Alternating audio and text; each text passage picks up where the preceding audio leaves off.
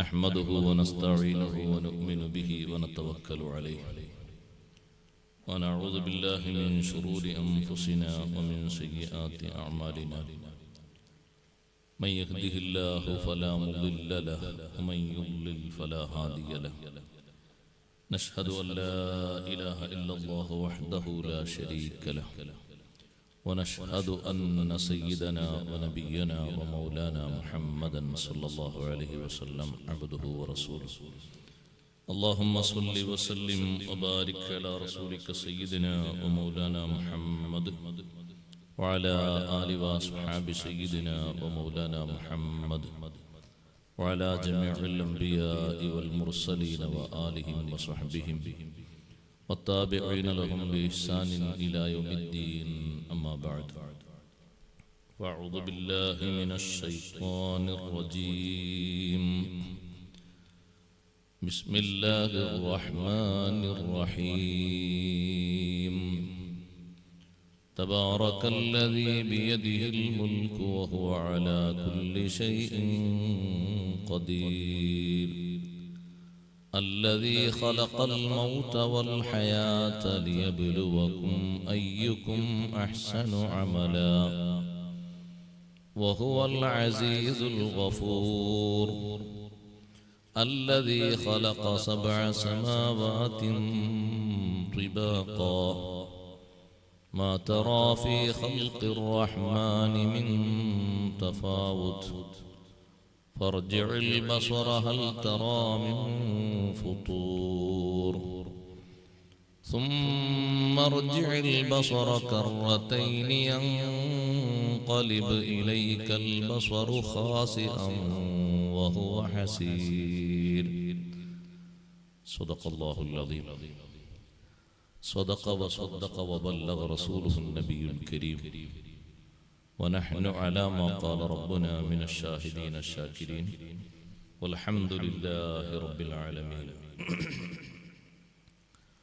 قال رسول الله صلى الله عليه وسلم إن سورة من كتاب الله ما هي إلا 30 آية شفعت لرجل حتى غفر له تبارك الذي بيده الملك صدق شفيعنا رسول الله صلى الله عليه وسلم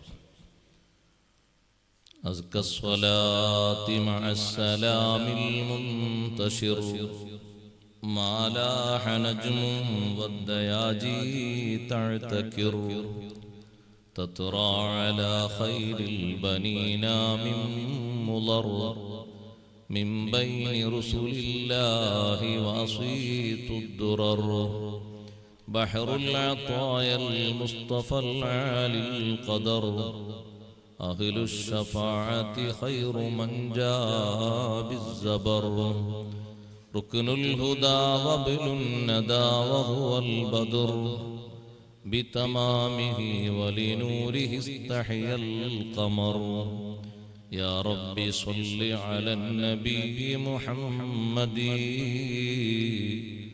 منجي الخلائق من جهنم في غدي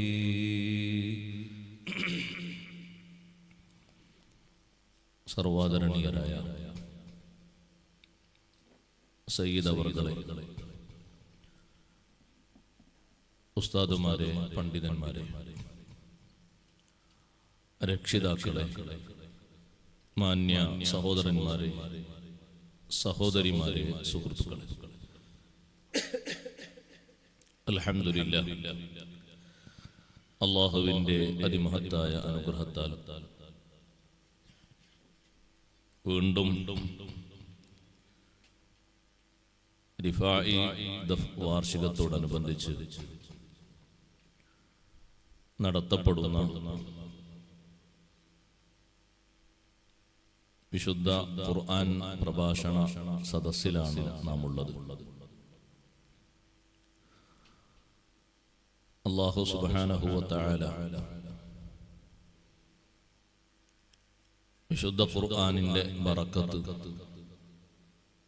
ഖുർആനിന്റെ റഹ്മത്തും ഇരുലോകത്തും നൽകപ്പെടുന്നവരിൽ നമ്മെയും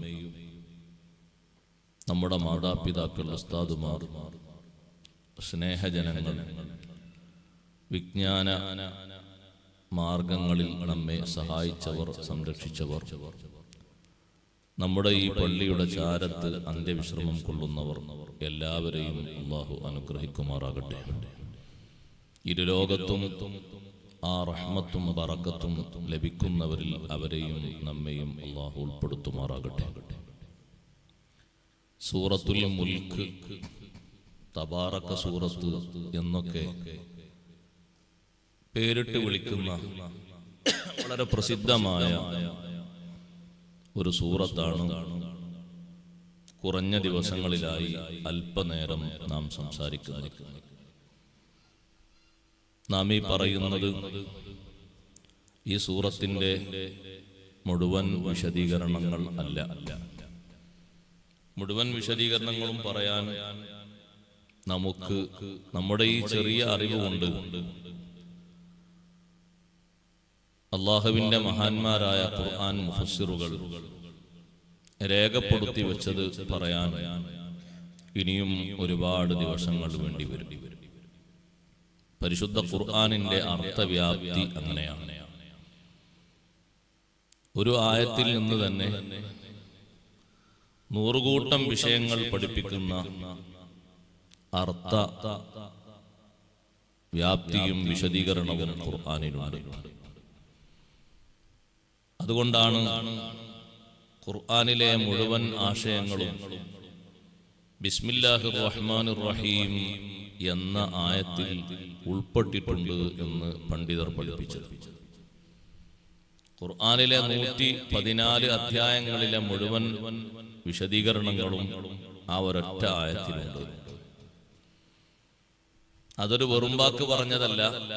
ബിസ്മില്ലാഹിർ റഹ്മാനിർ റഹീം എന്നത് അത്രയധികം വിശദീകരിക്കപ്പെട്ട ഒരായത്തും കൂടിയാണ്. തൗബ സൂറത്തൊഴികെ എല്ലാ സൂറത്തിന്റെയും ആദ്യ ഭാഗത്ത് ഖുർആനിൽ എഴുതപ്പെട്ടിട്ടുള്ള ഒരായത്താണ് ബിസ്മില്ലാഹിർ റഹ്മാനിർ റഹീം. ബിസ്മില്ലാഹിർ റഹ്മാനിർ റഹീം എന്ന് തബാറക സൂറത്തിന്റെയും തുടക്കത്തിലുണ്ട്. പക്ഷെ നമ്മളത് വിശദമായി പറയാൻ ഒരുങ്ങിയാൽ വിശദീകരണം എവിടെയും എത്തൂല. വലിയ മഹത്വങ്ങൾ നിറഞ്ഞ ഒരു സൂറത്താണ് തബാറക സൂറത്ത്. നാം എല്ലാവരും അത് ഓതുന്നവരാണ്, ഓതുന്നില്ലെങ്കിൽ ഓതി പതിവാക്കേണ്ടവരാണ്. നമ്മുടെ കുടുംബത്തിലെ ഓരോ അംഗവും തബാറക സൂറത്ത് ഓതാതെ ഒറ്റ രാത്രിയും നമുക്ക് കഴിഞ്ഞു പോകാൻ പാടില്ല. സയ്യിദത്തുന ബീബി ആയിഷ റളിയല്ലാഹു തആല അൻഹ നമ്മെ പഠിപ്പിച്ചു, കിടന്നുറങ്ങുന്നതിന്റെ മുമ്പ് അഷ്റഫുൽ ഖൽഖ് സല്ലല്ലാഹു അലൈഹി വസല്ലം തബാറക സൂറത്തും സൂറത്തു സജ്ദയും എല്ലാ ദിവസവും ഓതാറുണ്ട്. അത് ഓതാതെ ഒറ്റ ദിവസവും അവിടുന്ന് ഉറങ്ങാറില്ല. അത്രയും പതിവാക്കി കൊണ്ടു നടന്നു എന്ന് മാത്രമല്ല, മഹത്വങ്ങൾ ധാരാളം എണ്ണിപ്പറഞ്ഞ ഈ സൂറത്തിന് ധാരാളം നാമങ്ങളുണ്ട്. സൂറത്തുൽ മാനിഅ, സൂറത്തുൽ മുൻജിയ, സൂറത്തുൽ വാഖിയ, വാഖിഅ എന്നല്ല വാഖിയ, ഖാഫ് കഴിഞ്ഞിട്ട് യ, സൂറത്തുൽ മുജാദില, സൂറത്തു തബാറക, സൂറത്തുൽ മുൽക്ക് തുടങ്ങി 8-ലധികം നാമങ്ങൾ ഖുർആൻ പണ്ഡിതർ ഈ സൂറത്തിന് പറഞ്ഞിട്ടുണ്ട്. അത്രയും മഹത്വമുള്ള ഈ സൂറത്തിനെ സംബന്ധിച്ച് മഹത്വം പഠിപ്പിക്കുന്നതിന് തുടക്കമെന്ന നിലക്ക് 2-3 ഹദീസുകൾ പറയും. അഷ്റഫുൽ ഖൽഖ് സല്ലല്ലാഹു അലൈഹി വസല്ലം പറഞ്ഞു, ഇന്ന സൂറത്തൻ മിൻ കിതാബില്ലാഹ്, അല്ലാഹുവിന്റെ ഖുർആനിൽ നിന്നുള്ള ഒരു സൂറത്ത്, മാഹിയ ഇല്ലാ 30 ആയ, 30 ആയത്തുകൾ മാത്രമേ ആ സൂറത്തിലുള്ളൂ. ശഫാഅത്തിൽ റജുലിൻ, ഒരാൾക്ക് വേണ്ടി അത് ശുപാർശ ചെയ്യും. ഹത്താ ഗുഫിറ ലഹു, അങ്ങനെ അവന്റെ പാപങ്ങൾ പൊറുക്കപ്പെടും. തബാറക്കല്ലദീ ബിയദിഹിൽ മുൽക്കു എന്ന് തുടങ്ങുന്ന സൂറത്താണത്. ഷഫാഅത്ത് ചെയ്യുന്ന, അതിന് പ്രത്യേകം അർഹതയും അധികാരവുമുള്ള വിശുദ്ധ ഖുർആനിൽ നിന്ന് എണ്ണിപ്പറഞ്ഞ ഒരു സൂറത്താണ് തബാറക സൂറത്ത്. ഷഫാഅത്ത് ചെയ്യും എന്ന് മാത്രമല്ല, അല്ലാഹുവിന്റെ മുന്നിൽ ഒരു വ്യക്തിക്ക് വല്ല വൈകല്യവും ഉണ്ടെങ്കിൽ അത് മാപ്പാക്കി കൊടുക്കാൻ വേണ്ടി അങ്ങേയറ്റം കേണപേക്ഷ നടത്തുന്ന ഒരു സൂറത്ത് കൂടിയാണ്. സൂറത്തും ഫിൽ ഖുർആനി ഖാസമത്തൻ സ്വാഹിബിഹാ, ഖുർആനിലെ ഒരു സൂറത്ത് അത് ഓതുന്ന ആൾക്ക് വേണ്ടി പക്ഷം ചേർന്ന് സംസാരിക്കും. തർക്കിക്ക എന്നൊക്കെ നമ്മൾ പറയുന്ന, അള്ളാഹുവിനോട് തർക്കിക്കല്ല, അള്ളാഹുവിന്റെ മുന്നിൽ ഈ വ്യക്തിയെ നീ രക്ഷപ്പെടുത്തണം എന്ന് കൂടുതൽ കൂടുതൽ അള്ളാഹുവിനോട് ശുപാർശ ചെയ്യും. ഹത്താ അദ്ഖലതുൽ ജന്ന, റെക്കമെൻഡ് ചെയ്യുക മാത്രമല്ല, അത് ഓതുന്നവരെ തബാറക സൂറത്ത് സ്വർഗ്ഗത്തിൽ പ്രവേശിപ്പിക്കും. നബി സല്ലല്ലാഹു അലൈഹി വസല്ലം തങ്ങളുടെ സ്വഹാബിമാരിൽപ്പെട്ട ഒരാള് ഒരു സ്ഥലത്തൊരു ചെറിയ ടെന്റ് കെട്ടി. ഒരുപാട് ഹദീസ് ഗ്രന്ഥങ്ങളിൽ വന്ന ഹദീസാണ്. ഒരു സ്ഥലത്ത് വിശ്രമിക്കാൻ വേണ്ടി ഒരു ചെറിയ ടെന്റ് കെട്ടി. അവിടെ ഖബറുണ്ട് എന്നുള്ളതൊന്നും അറിയില്ല. കുറച്ചു കഴിഞ്ഞപ്പോൾ ഭൂമിയുടെ അടിയിൽ നിന്ന് തബാറക സൂറത്ത് ഓതുന്നത് അദ്ദേഹം കേൾക്കുകയാണ്.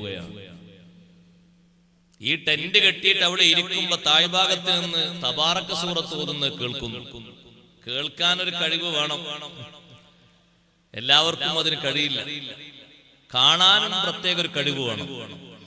ഖബറിനുള്ളിൽ നടക്കുന്ന സംഗതികൾ നേർക്കുനേരെ നോക്കി പറയുകയും ശിക്ഷ കേട്ടുകൊണ്ട് അവർ ശിക്ഷ അനുഭവിക്കുന്നുണ്ട് എന്ന് നോക്കി പറയുകയും ചെയ്തിട്ടുണ്ട് സയ്യിദുനാ റസൂലുള്ളാഹി സ്വല്ലല്ലാഹു അലൈഹി വസല്ലം.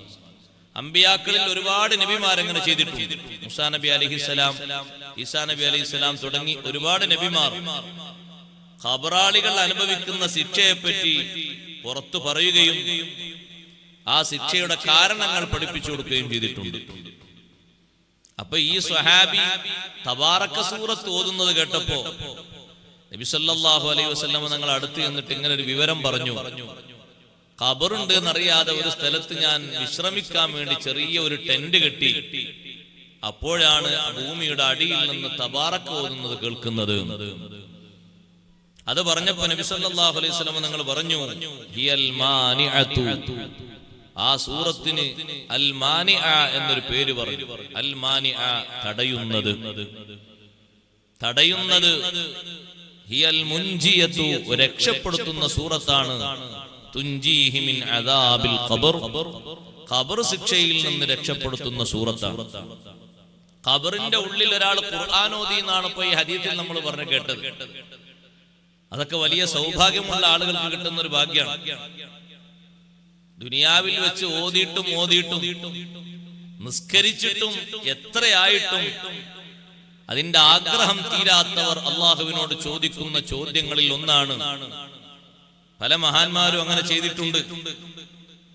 ഇസ്രാ നടത്തുമ്പോൾ അഷ്റഫുൽ ഖൽഖ് സല്ലല്ലാഹു അലൈഹി വസല്ലം പറഞ്ഞല്ലോ, മസ്ജിദുൽ അഖ്സയുടെ പരിസരത്തൂടെ ഞാൻ നടന്നു പോകുമ്പോ റഅയ്തു മൂസാ ഖായിമൻ യുസല്ലി ഫീ ഖബ്രിഹി, മൂസാ നബി അലൈഹിസ്സലാം ഖബറിൽ നിന്ന് നിസ്കരിക്കുന്നത് ഞാൻ കണ്ടു.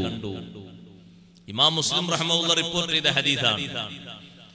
മൂസാ നബി അലൈഹിസ്സലാം കുറെ നേരത്തെ മരണപ്പെട്ടു പോയ നബിയാണ്. വഫാത്തായി പോയ ആ നബിക്ക് ദുനിയാവിലുള്ള ഏറ്റവും നല്ല സന്തോഷകരമായ അമലാണ് നിസ്കാരം. അതാണ് ഖബറിൽ വെച്ച് നിർവഹിക്കുന്നത് കണ്ടത്. പുറത്തു നിന്ന് ഖബറിന്റെ ഉള്ളിലേക്ക് നോക്കാനുള്ള ഒരു കഴിവ് മുഅ്ജിസത്ത് കറാമത്തിന്റെ അടിസ്ഥാനത്തിൽ അല്ലാഹു തആല നൽകുന്ന ഒരു കഴിവാണ്.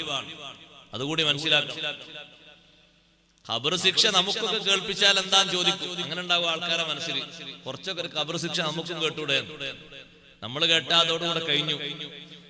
പിന്നെ അടുത്ത നിസ്കാരത്തിന് ജനാസ നിസ്കാരം നിസ്കരിക്കേണ്ടി വരും. ഖബർ ശിക്ഷ നമുക്ക് കേൾപ്പിക്കാൻ അല്ലാഹു തആലക്ക് കഴിവില്ലാത്തത് കൊണ്ടല്ല. നബി സല്ലല്ലാഹു അലൈഹി വസല്ലം തങ്ങൾ പറഞ്ഞു,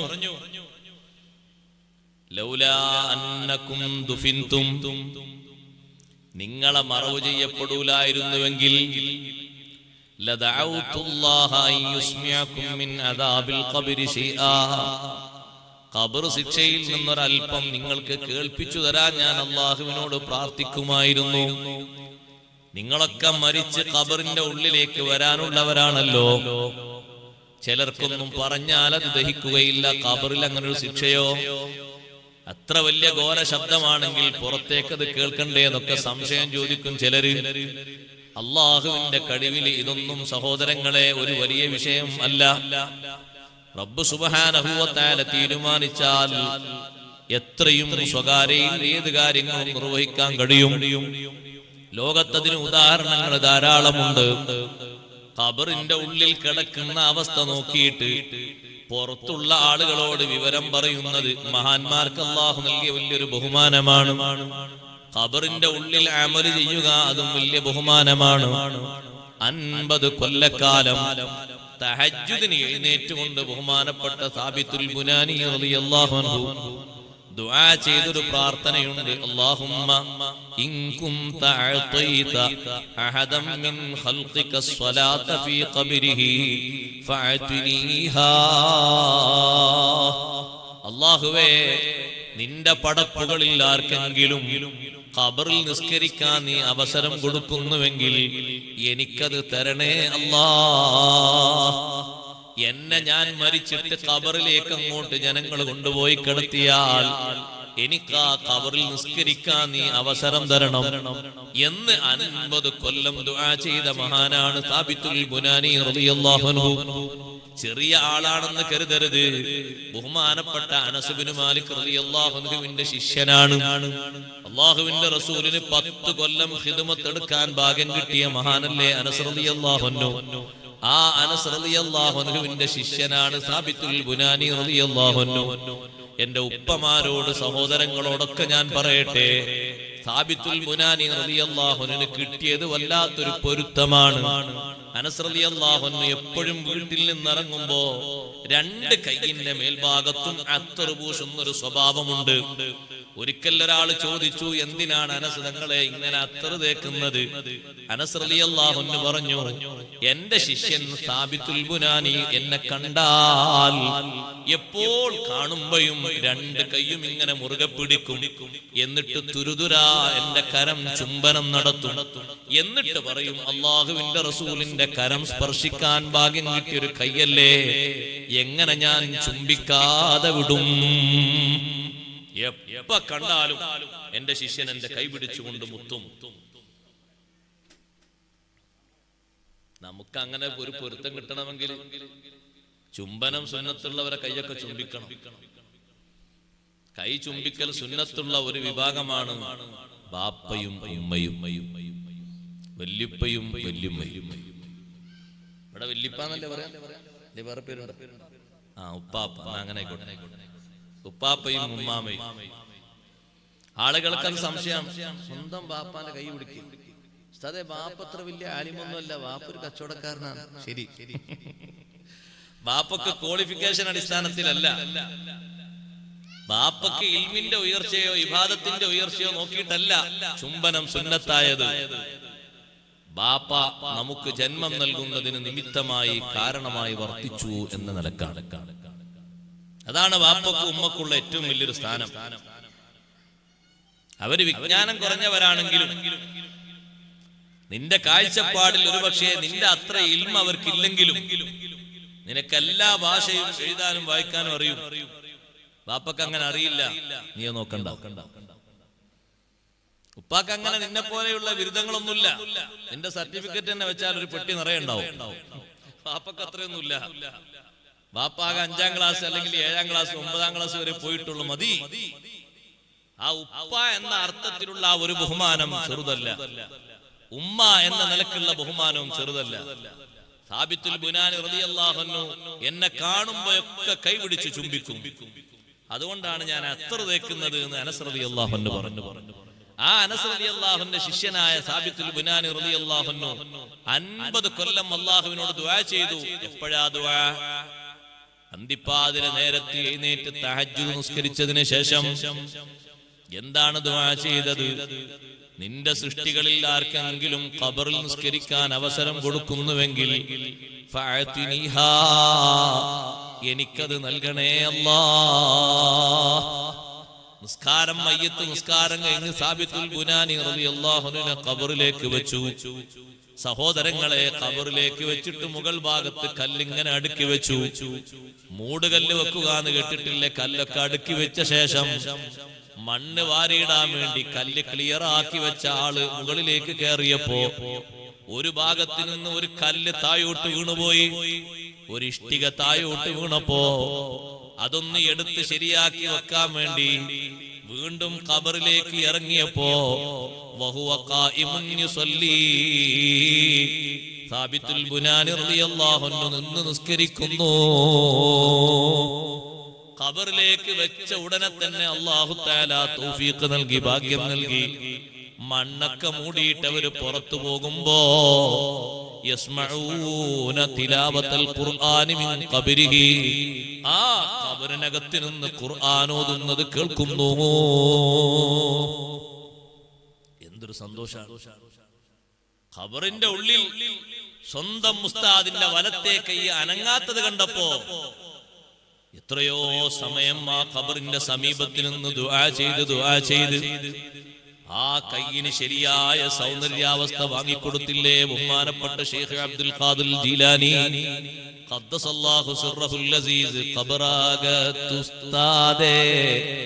കുറവാക്കി കണ്ടാരേ, ഖബറങ്ങൾ നിന്നിട്ട് നികിച്ച് വിട്ടോവർ. അവിടുത്തെ ഉസ്താദായ ശൈഖ് ഹമ്മാദുദ് ദബ്ബാസ് റളിയല്ലാഹു അൻഹു ആ മഹാനുഭാവനെ ഖബറിന്റെ ഉള്ളിൽ വലത്തെ കൈ അനങ്ങാത്തത് കണ്ടപ്പോ വലത്തെ കൈയിന് സ്വാധീനത്തിന്റെ കുറവ് കണ്ടു. ഇടത്തെ കൈയിന് പ്രശ്നമില്ല. രണ്ട് കാലുകൾക്കും ശരീരത്തിന്റെ മറ്റു ഭാഗങ്ങൾക്കൊന്നും പ്രശ്നമില്ല. വലത്തെ കൈയിന് സ്വാധീനത്തിന്റെ കുറവ് കണ്ടപ്പോൾ ശൈഖ് ജീലാനി റളിയല്ലാഹു അൻഹു കുറെ നേരം അവിടെ നിന്നുകൊണ്ട് ദുആ ചെയ്യുകയാണ്.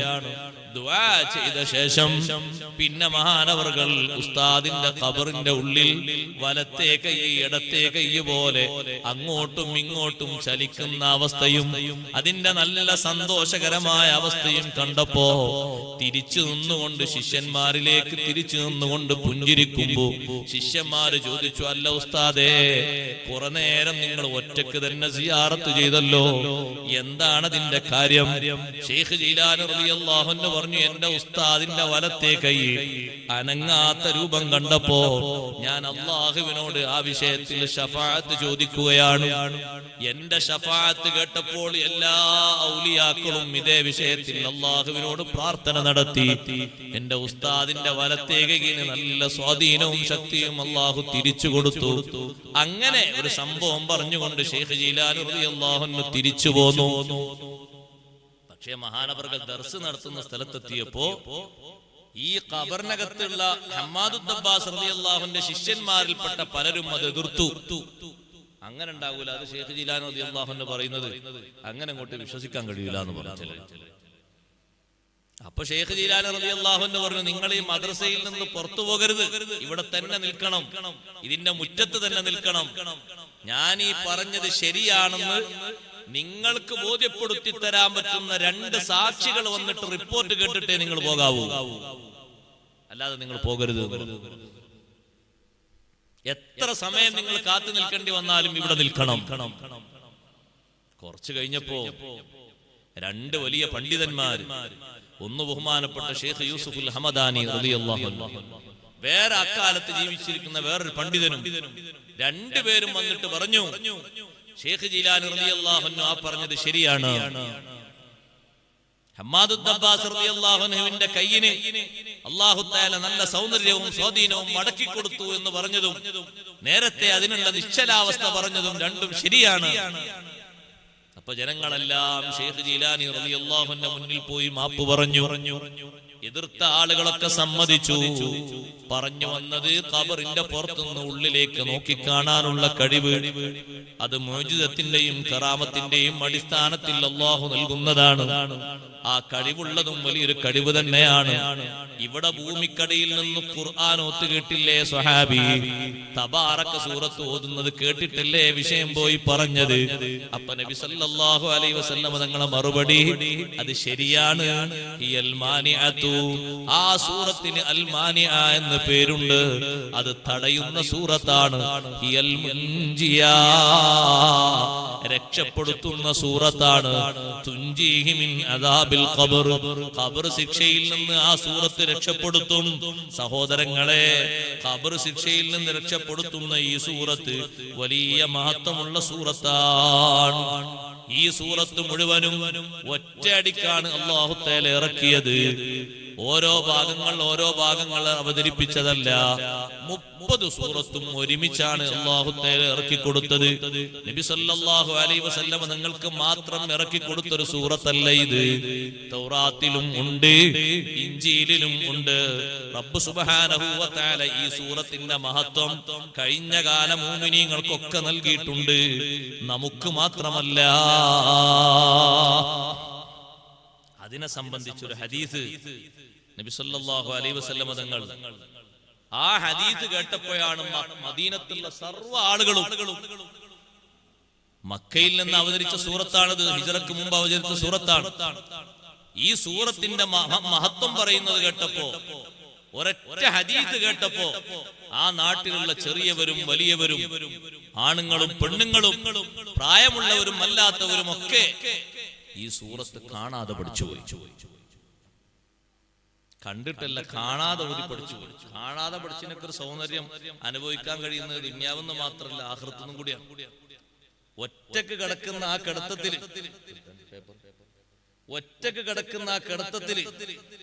ഈ സൂറത്തിന്റെ മഹത്വം അനുഭവിക്കാൻ നമുക്ക് കഴിയണം. അതിനു മാത്രം ഈ സൂറത്തുമായി നമ്മുടെ ശരീരത്തിന് ആത്മബന്ധം വേണം. അല്ലാഹു നമ്മെ സഹായിക്കുമാറാകട്ടെ. ഈ സൂറത്തിനോട് അത്രയും വലിയൊരു കണക്ഷൻ വേണം. എത്ര പരിപാടി ഉണ്ടായാലും, തിരക്കുണ്ടായാലും, പ്രോഗ്രാം ഉണ്ടായാലും, ഒരു 30 സൂറത്ത് ഒരു 5 മിനിറ്റ് കൊണ്ട് സാവകാശം ഓതിയിട്ട് തീരുന്ന ഒരു സൂറത്ത് നമ്മൾ മറന്നേക്കരുത്. ജീവിതത്തിൽ അത് പതിവാക്കുക. നബി സല്ലല്ലാഹു അലൈഹി വസല്ലം നിങ്ങൾ പറഞ്ഞു, മുൻഗാമികളിൽപ്പെട്ട ഒരാള് മരിച്ചു. അള്ളാഹുവിന്റെ കിതാബിൽ നിന്ന് അദ്ദേഹത്തിനോടൊപ്പം ആകെ ഒരു തബാറക സൂറത്ത് മാത്രമേ ഉള്ളൂ. വേറൊന്നും കാര്യമായിട്ട് പരിചയമില്ല. ഈ ഉമ്മത്തിൽപ്പെട്ട ആളല്ല, മുൻഗാമികളിൽപ്പെട്ട ഒരാൾ. കുഴിയിൽ ഒറ്റക്ക് കിടക്കുന്ന കുഴിയിൽ കൊണ്ടുപോയി വെച്ചപ്പോ ഒന്നിങ്ങനെ ആലോചിച്ചു, നേരെ കൺമുന്നിൽ കാണുന്ന സ്ഥലം നമ്മെ നോക്കിയിട്ട് ഇങ്ങനെ വിളിക്കുന്നുണ്ട്. എന്നാ വരുന്നതെന്ന് ചോദിച്ചിട്ട്, പള്ളിന്റെ ചുറ്റുഭാഗത്തും കാണുന്ന സ്ഥലം എന്നും നമ്മളെ നോക്കുന്നുണ്ട്, വരാനായില്ലേ എന്ന നിലക്ക് ഒറ്റക്ക് കുഴിയിൽ അങ്ങോട്ട് കൊണ്ടുപോയി വെച്ചപ്പോ ഈ സൂറത്തിന്റെ പ്രകാശം ആ ഒറ്റക്ക് കിടക്കുന്ന മനുഷ്യന്റെ മുഖത്തിങ്ങനെ ജ്വലിക്കുന്നു. സുബ്ഹാനല്ലാഹ്. ചോദ്യം ചെയ്യാൻ വേണ്ടി മലക്കുകൾ വന്നപ്പോ ഈ സൂറത്തിന്റെ പ്രകാശം കണ്ടപ്പോ മലക്കുകൾ പറഞ്ഞു, ഇന്നകി മിൻ കിതാബില്ലാഹ് വഅനാ അക്റഹു ശിഖാഖക്. നീ അല്ലാഹുവിന്റെ കിതാബിൽപ്പെട്ട ഒരു സൂറത്തല്ലേ, നിന്നോട് എതിർക്കുന്നത്, വിയോജിക്കുന്നത് എനിക്ക് പ്രയാസമാണ്. അതുകൊണ്ട് തന്നെ ഈ മനുഷ്യനെ വല്ലതും ചെയ്യണമെങ്കിൽ നീ ഒന്ന് മാറി നിൽക്കണം. സൂറത്ത് പറഞ്ഞു, ഈ മനുഷ്യനെ ഒന്നും ചെയ്യാൻ ഞാൻ സമ്മതിക്കില്ല. ഞാൻ അല്ലാഹുവിനോട് ശഫാഅത്ത് ചെയ്യാൻ വേണ്ടിയാണ് ഒരുങ്ങുന്നത്. സൂറത്ത് അവിടുന്ന് പറഞ്ഞു, റബ്ബേ ഇന്ന ഫുലാനൻ അമിദ ഇലയ്യ മിൻ ബൈനി കിതാബിക്. ഈ കിടക്കുന്ന ആള് നിന്റെ കിതാബിൽ നിന്ന് എന്നെ പ്രത്യേകം ലക്ഷ്യം വെച്ചു. ഫതഅല്ലമനി, എന്നെ പഠിച്ചു, എന്നെ നന്നായി ഓതി. അഫമുഹ്രിഖുഹു അൻത ബിന്നാർ വമുഅദ്ദിബുഹു വഅന ഫീ ജൗഫിഹി. തബാറക സൂറത്ത് അല്ലാഹുവിനോട് ചോദിക്കുകയാണ്, അല്ലാഹ് ഞാൻ ആ മനുഷ്യന്റെ ഉള്ളിലുണ്ടായിരിക്കെ, എന്നെ കാണാതെ പഠിച്ച ഈ വ്യക്തിയുടെ ഉള്ളിൽ ഞാൻ ഉണ്ടായിരിക്കെ, ഈ മനുഷ്യനെ നീ ശിക്ഷിക്കുകയാണോ, ഖരിക്കുകയാണോ?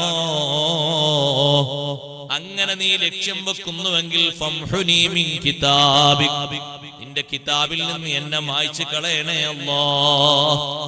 റബ്ബ് സുബ്ഹാനഹു വ തആല പറഞ്ഞു, ഇല്ല, നിന്റെ ശഫാഅത്ത് ഞാൻ സ്വീകരിച്ചിരിക്കുന്നു.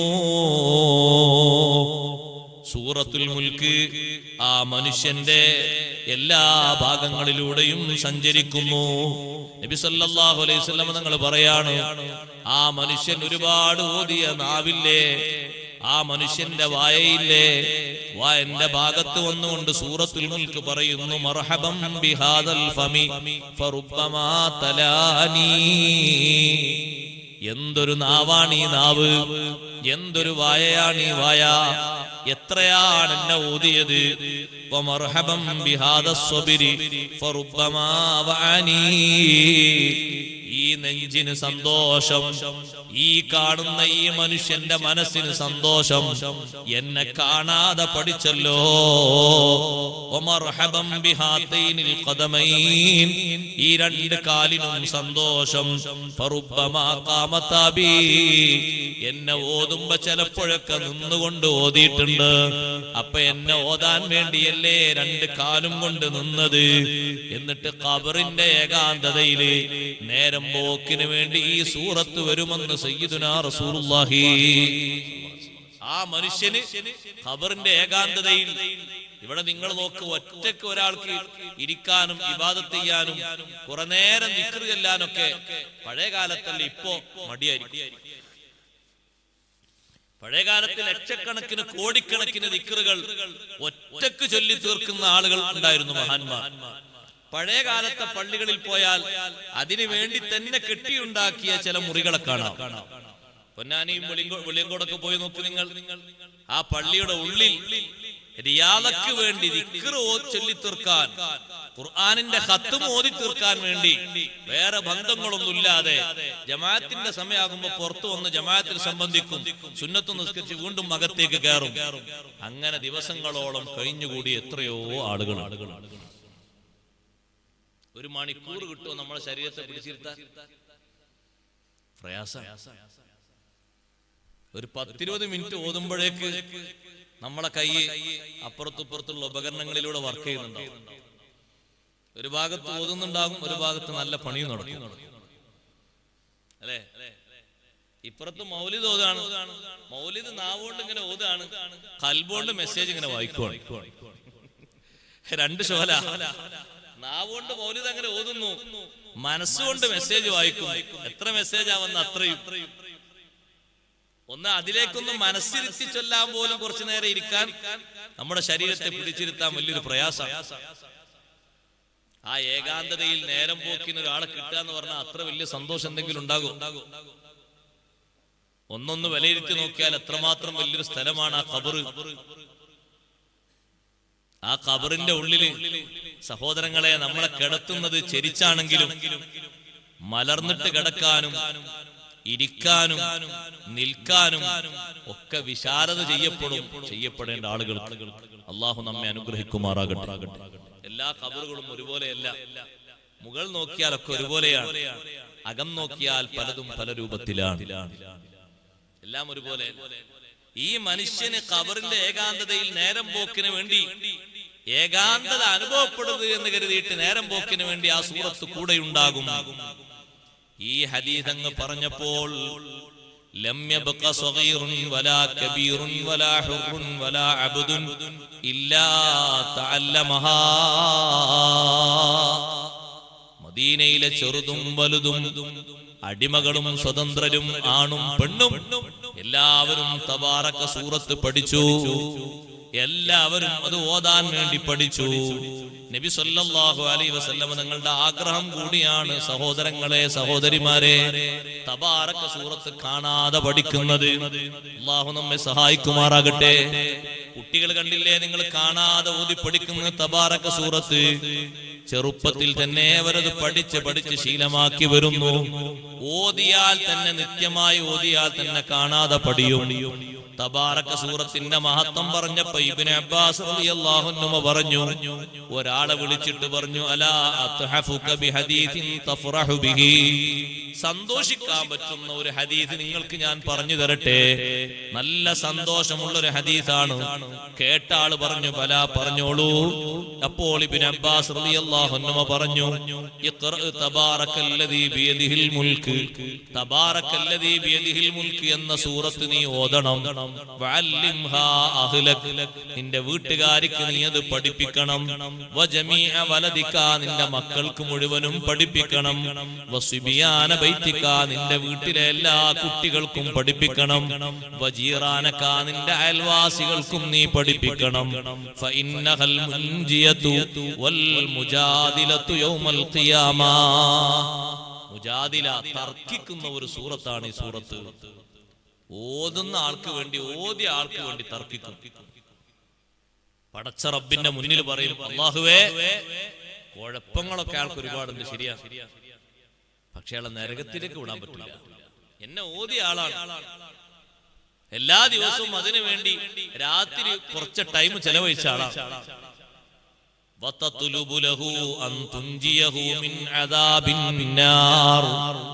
നരകശിക്ഷയിൽ നിന്ന് രക്ഷിക്കാൻ അള്ളാഹുവിനോട് ആവശ്യപ്പെടും.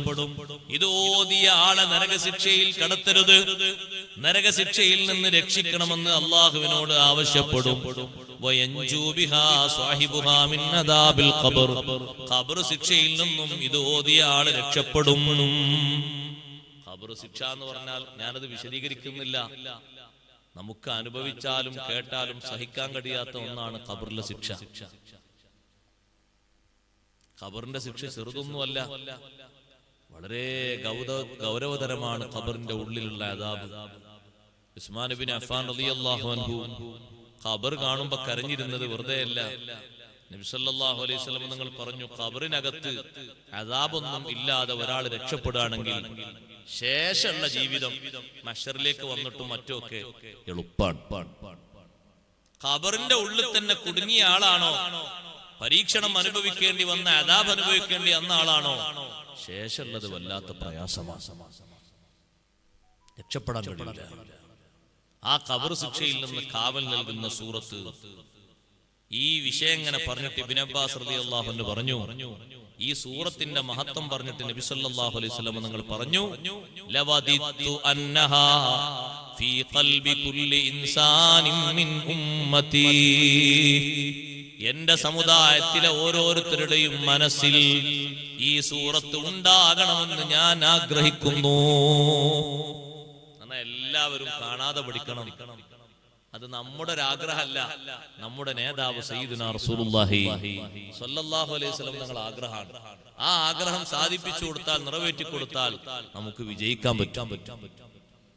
അവിടുന്ന് ആഗ്രഹിച്ചൊരാഗ്രഹം അത് നമ്മൾ സാധിപ്പിച്ചു കൊടുക്കുന്നത് തങ്ങളോടുള്ള മഹബത്തിന്റെ വലിയൊരു അടയാളം കൂടിയാണ്. അതുകൊണ്ടല്ലേ കർമ്മശാസ്ത്ര പണ്ഡിതന്മാര് പറഞ്ഞത്, ആശൂറാ നോമ്പ് മാത്രം നോറ്റുകൊണ്ട് നീ നിർത്തരുത്, താസുആ നീ നോൽക്കണം. എന്തേ താസുആ നോൽക്കാണെന്ന് പറയാൻ കാരണം, 9 മുഹറം 9 നോമ്പ് അതല്ലേ താസുആ.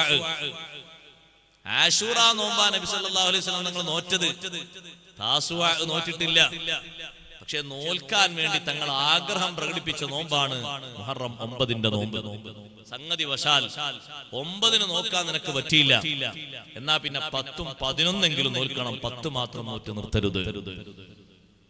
ഒരു നോമ്പ് മാത്രമാക്കാതെ അപ്പുറത്തോ ഇപ്പുറത്തോ ഒരു നോമ്പ് നോൽക്കണമെന്ന് നബി സല്ലല്ലാഹു അലൈഹി വസല്ലം ആഗ്രഹിച്ച ആഗ്രഹം 9 തന്നെ കഴിയോ, എന്നാ വലിയ മഹത്വം തന്നെ.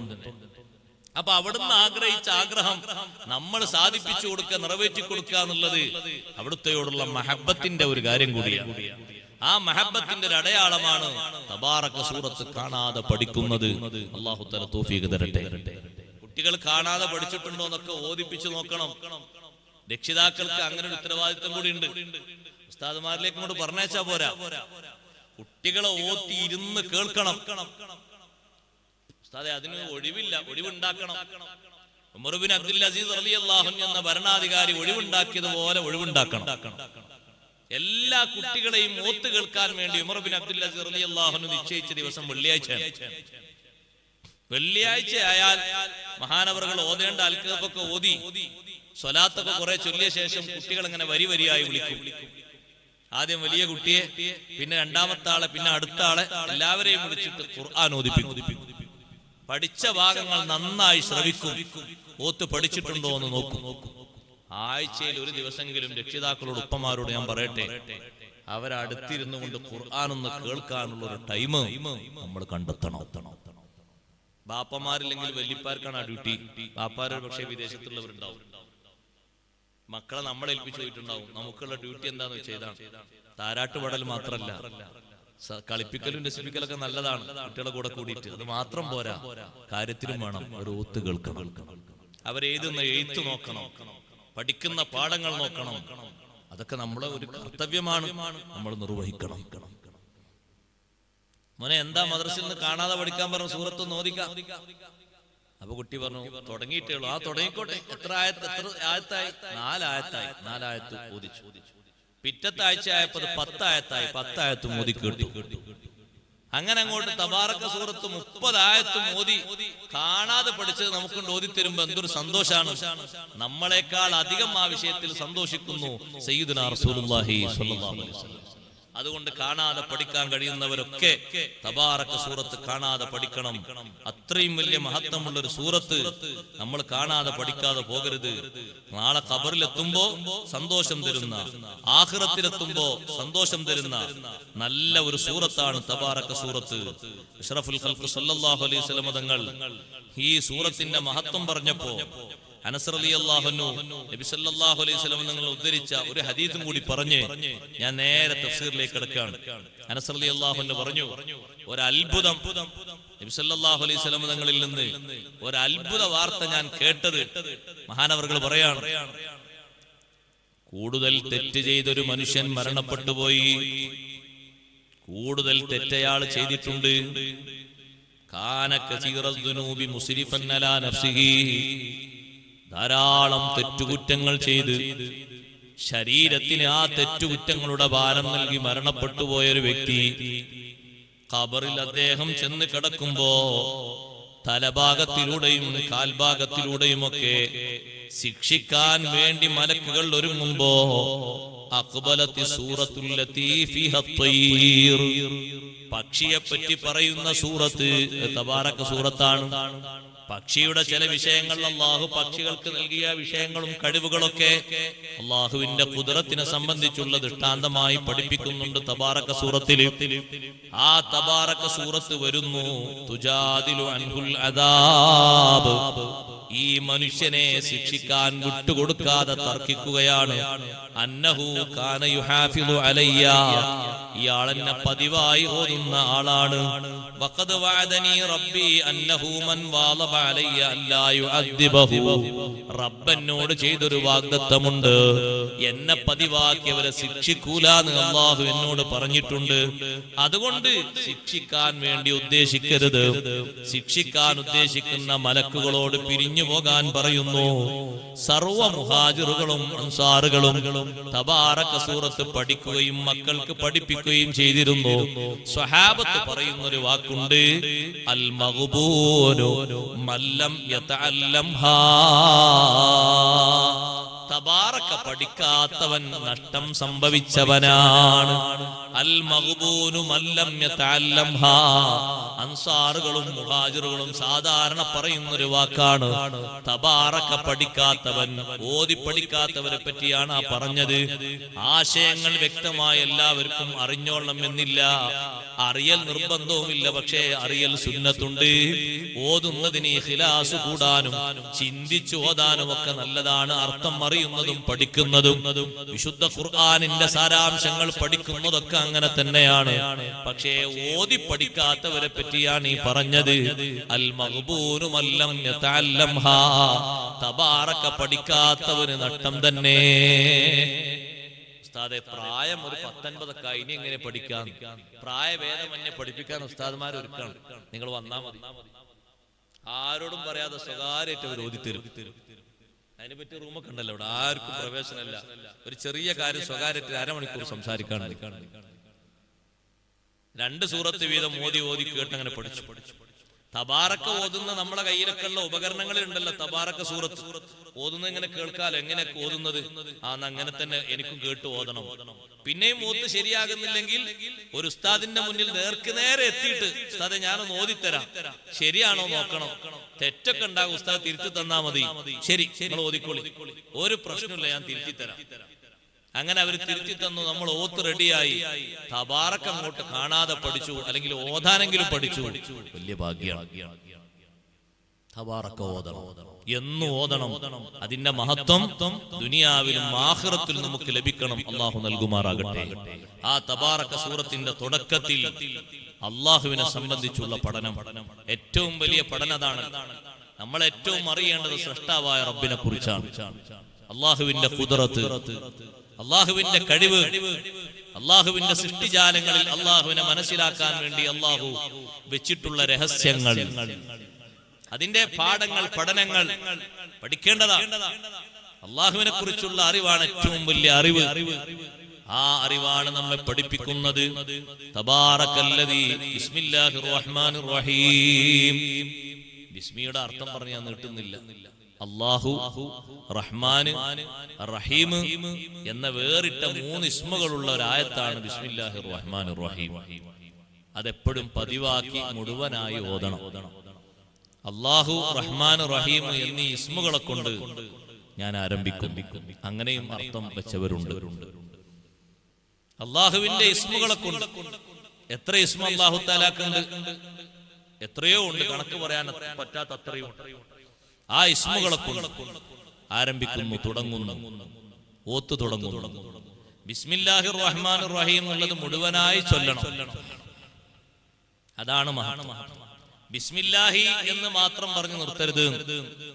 ഭക്ഷണം കഴിക്കുമ്പോഴും, ബലികർമ്മം നടത്തുമ്പോഴും, വീട്ടിൽ നിന്ന് ഇറങ്ങുമ്പോഴും, നല്ല കാര്യങ്ങളൊക്കെ ചെയ്യുമ്പോ ബിസ്മി അല്ലൽ സുന്നത്തുള്ള ഇടത്തൊക്കെ ബിസ്മില്ലാഹിർ റഹ്മാനിർ റഹീം മുഴുവനായി ചൊല്ലുക. എത്ര അക്ഷരാണ് മോനെ ബിസ്മില്ലാഹിർ റഹ്മാനിർ റഹീം എന്നുള്ളത്? 19 അക്ഷരം. ബിസ്മില്ലാഹിർ റഹ്മാനിർ റഹീം. ആ 19ന്റെ പിന്നിൽ ഒരു വലിയ രഹസ്യമുണ്ട്. ഇമാം റാസി റളിയല്ലാഹു അൻഹു പഠിപ്പിക്കുന്നുണ്ട്. ഈ 19 അക്ഷരങ്ങളുള്ള ഈ ദിക്ർ, ഈ വചനം ഒരാൾ പതിവാക്കിയാൽ 19 മലക്കുകൾ കാവൽ നിൽക്കുന്ന ഒരു പ്രദേശമുണ്ട്. അതാണ് നരകം. നരകത്തിന്റെ കാവൽ ഭടന്മാർ 19 എണ്ണാണ്. ഉസ്താദേ 19 മതിയോ? ഈ കോടിക്കണക്കിന് ആൾക്കാരൊക്കെ തടയാൻ 19 തന്നെ മതി. ഒരാളെന്നെ മതി എന്നാണ് ഒരാളെ വലിപ്പം കേട്ടിട്ട് നമുക്ക് മനസ്സിലാകുന്നത്. അലൈഹാ തിസ്അത അശർ. ആ നരകത്തിന് മുകളിൽ 19 മലക്കുകളുണ്ട്. ആ 19 മലക്കുകളിൽ നിന്ന് കാവൽ കിട്ടാൻ ഇവിടെ നമ്മോട് എപ്പോഴും സൂക്ഷിക്കാൻ വേണ്ടി പറഞ്ഞൊരു ദിക്റാണ് ബിസ്മില്ലാഹിർ റഹ്മാനിർ റഹീം. 19 അക്ഷരം. 19 മലക്കുകൾ. ഒരു മലക്കിന്റെ വലുപ്പം പറഞ്ഞപ്പോഴേ നബി സല്ലല്ലാഹു അലൈഹി വസല്ലം നിങ്ങൾ പറഞ്ഞു, നല്ല തൊലിക്കട്ടിയും നല്ല ആരോഗ്യവും നല്ല ഗൗരവ സ്വഭാവമൊക്കെ ഉള്ള മലക്കുകളാണ്. ഒരു മലക്കിന്റെ 2 തോളിന്റെ വിശാലത പറഞ്ഞപ്പോ പറഞ്ഞു മാ ബൈനൽ മശ്രിഖി വൽ മഗ്രിബ്.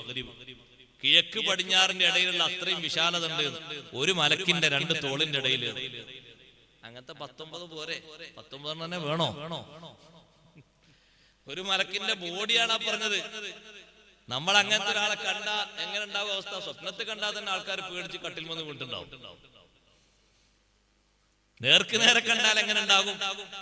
മശ്രിഖ് മഗ്രിബിന്റെ ഇടയിൽ വിശാലതയുള്ള ഒരു ചുമൽ, 2 തോളിന്റെ ഇടയിലുള്ള അകലാണ് പറഞ്ഞത്. നമ്മളെ ഈ വലത്തെ കൈന്റെയും ഇടത്തെ കൈന്റെയും ഇടക്കുള്ള ഈ ഒരു അകലം അത് സാധാരണയിൽ കവിഞ്ഞുകൊണ്ടാണ് ഒരാൾക്കുള്ളതെങ്കിൽ തന്നെ അയാള് നമ്മുടെ നാട്ടിൽ വന്ന ഫോട്ടോ എത്ര എടുക്കും? ഒരു 2 മീറ്റർ ഉള്ള ഒരാളെ വന്നാൽ കൂട്ടിക്കോളും. ഈ 2 പിന്നെ കൈന്റെ ഇടയിൽ വെറുതെ വിടുവോ നമ്മളയാളെ? നോക്കി കുറെ പേടിക്കും, കുറെ ആൾക്കാർ രസിക്കും, കുറെ ആൾക്കാർ പറയും ഇത് ഈ കാലഘട്ടത്തിലുള്ള ആളൊന്നല്ല, വേറെ ഏതോ നബിന്റെ കാലത്ത് ജീവിച്ച ആളാന്നൊക്കെ പറയും. നമ്മളെ നാട്ടിൽ അങ്ങനെ കണ്ടുപരിചയമില്ല. ഈ മലക്കുകളുടെ തൊലിക്കട്ടിയും അവരെ ശരീരത്തിന്റെ ഗൗരവമായ അവസ്ഥയും വിശദീകരിച്ചപ്പോ പറഞ്ഞതാണ്. ഖുർആനിൽ ഗിലാദുൻ ശിദാദുൻ, നല്ല ഗൗരവതരമുള്ള ആളുകളാണ് 19 മലക്കുകൾ. സാധാരണ ആൾക്കാരല്ല, നല്ല കട്ടിയും ഖനവുള്ളവരാണ്. ആ മലക്കുകളിൽ നിന്ന് കാവൽ കിട്ടാൻ ബിസ്മില്ലാഹിർ റഹ്മാനിർ റഹീം എന്ന് പിശുക്കാതെ ചൊല്ലുക.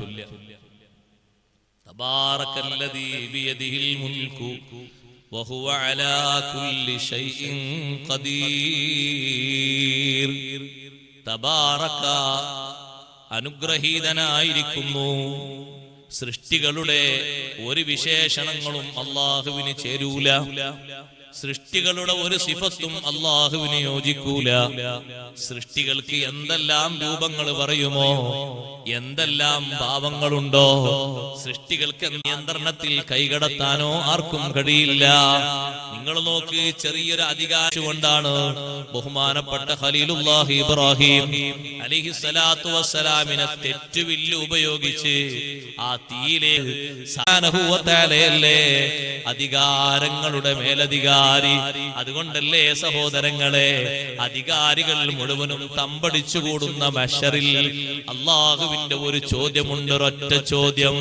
യൗമഹും ബാരിസൂൻ, ജനങ്ങളൊക്കെ ഒരേ പ്രതലത്തിൽ ഒരുമിച്ച് കൂടി നിൽക്കുന്ന മഹ്ശറിൽ അല്ലാഹു സുബ്ഹാനഹു വ തആല ഒരു ചോദ്യം ചോദിക്കുന്നുണ്ട്. ലിമനിൽ മുൽക്കുൽ യൗം, ഇന്നത്തെ അധികാരം ആർക്കാണ്? ആർക്കാണ് ഇന്നത്തെ അധികാരം?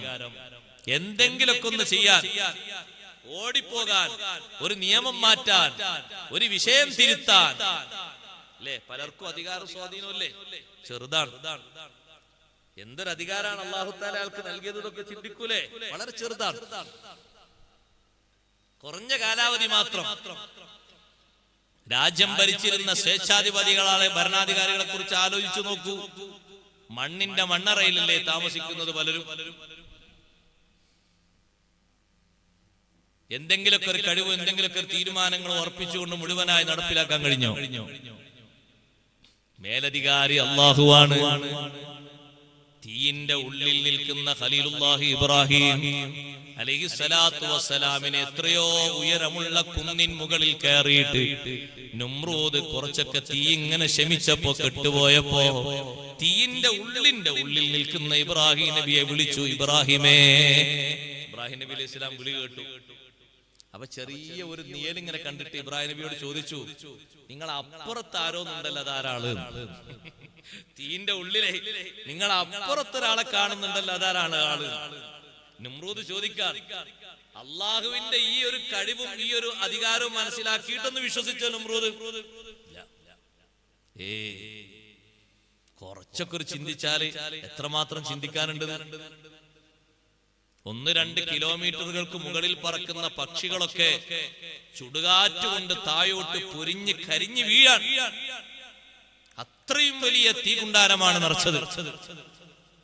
ജനങ്ങളോടൊക്കെ വിറക് കെട്ട് നേർച്ചയാക്കാൻ പറഞ്ഞതാണ്, തീ കത്തിക്കാൻ വേണ്ടി. അസുഖം മാറാനും മുറാദ് ഹാസിലാകാനൊക്കെ നമ്മൾ നേർച്ചക്ക് സാധാരണ അരിയും ഇറച്ചിയൊക്കെ വാങ്ങും പോലെ വിറക് കെട്ടാ നേർച്ചയാക്കാൻ പറഞ്ഞു. ഇബ്രാഹിം നബി അലൈഹി സ്വലാമിനെതിരെ വിറക് കെട്ട്, ഓരോരുത്തരും വിറക് കെട്ട് ഇങ്ങനെ സംഭാവന കൊണ്ടു നിർത്താം പലരും. ആരാ നിങ്ങൾ അപ്പുറത്ത്? ഇബ്രാഹിം നബി അലൈഹി സ്വലാം പറഞ്ഞു, ദാലിക മലക്കുൽ ലില്ലി, തണല് കൊണ്ട് ഏൽപ്പിക്കപ്പെട്ട മലക്കാണ്, നേരം പോക്കിന് വന്നതാണ്. ആ തീയിന്റെ ഉള്ളിൽ വെച്ച് അന്നപാനീയങ്ങളൊക്കെ സ്വർഗത്തിൽ നിന്ന് സംവിധാനിച്ച് ഇബ്രാഹിം നബി അലൈഹി സ്വലാമിന് നൽകി റബ്ബ് സുബ്ഹാനഹു വ തആല. ഇതാണ് ഇബ്രാഹിം നബി അലൈഹി സ്വലാം പറഞ്ഞത്, ആ തീയിന്റെ ഉള്ളിൽ താമസിച്ച ആ ഒരു കാലത്തെ അത്ര സുഖമുള്ള ഒരു കാലം, ആ ഒരു 50 ദിവസത്തെ അത്ര സന്തോഷമുള്ള ഒരു കാലം വേറല്ല.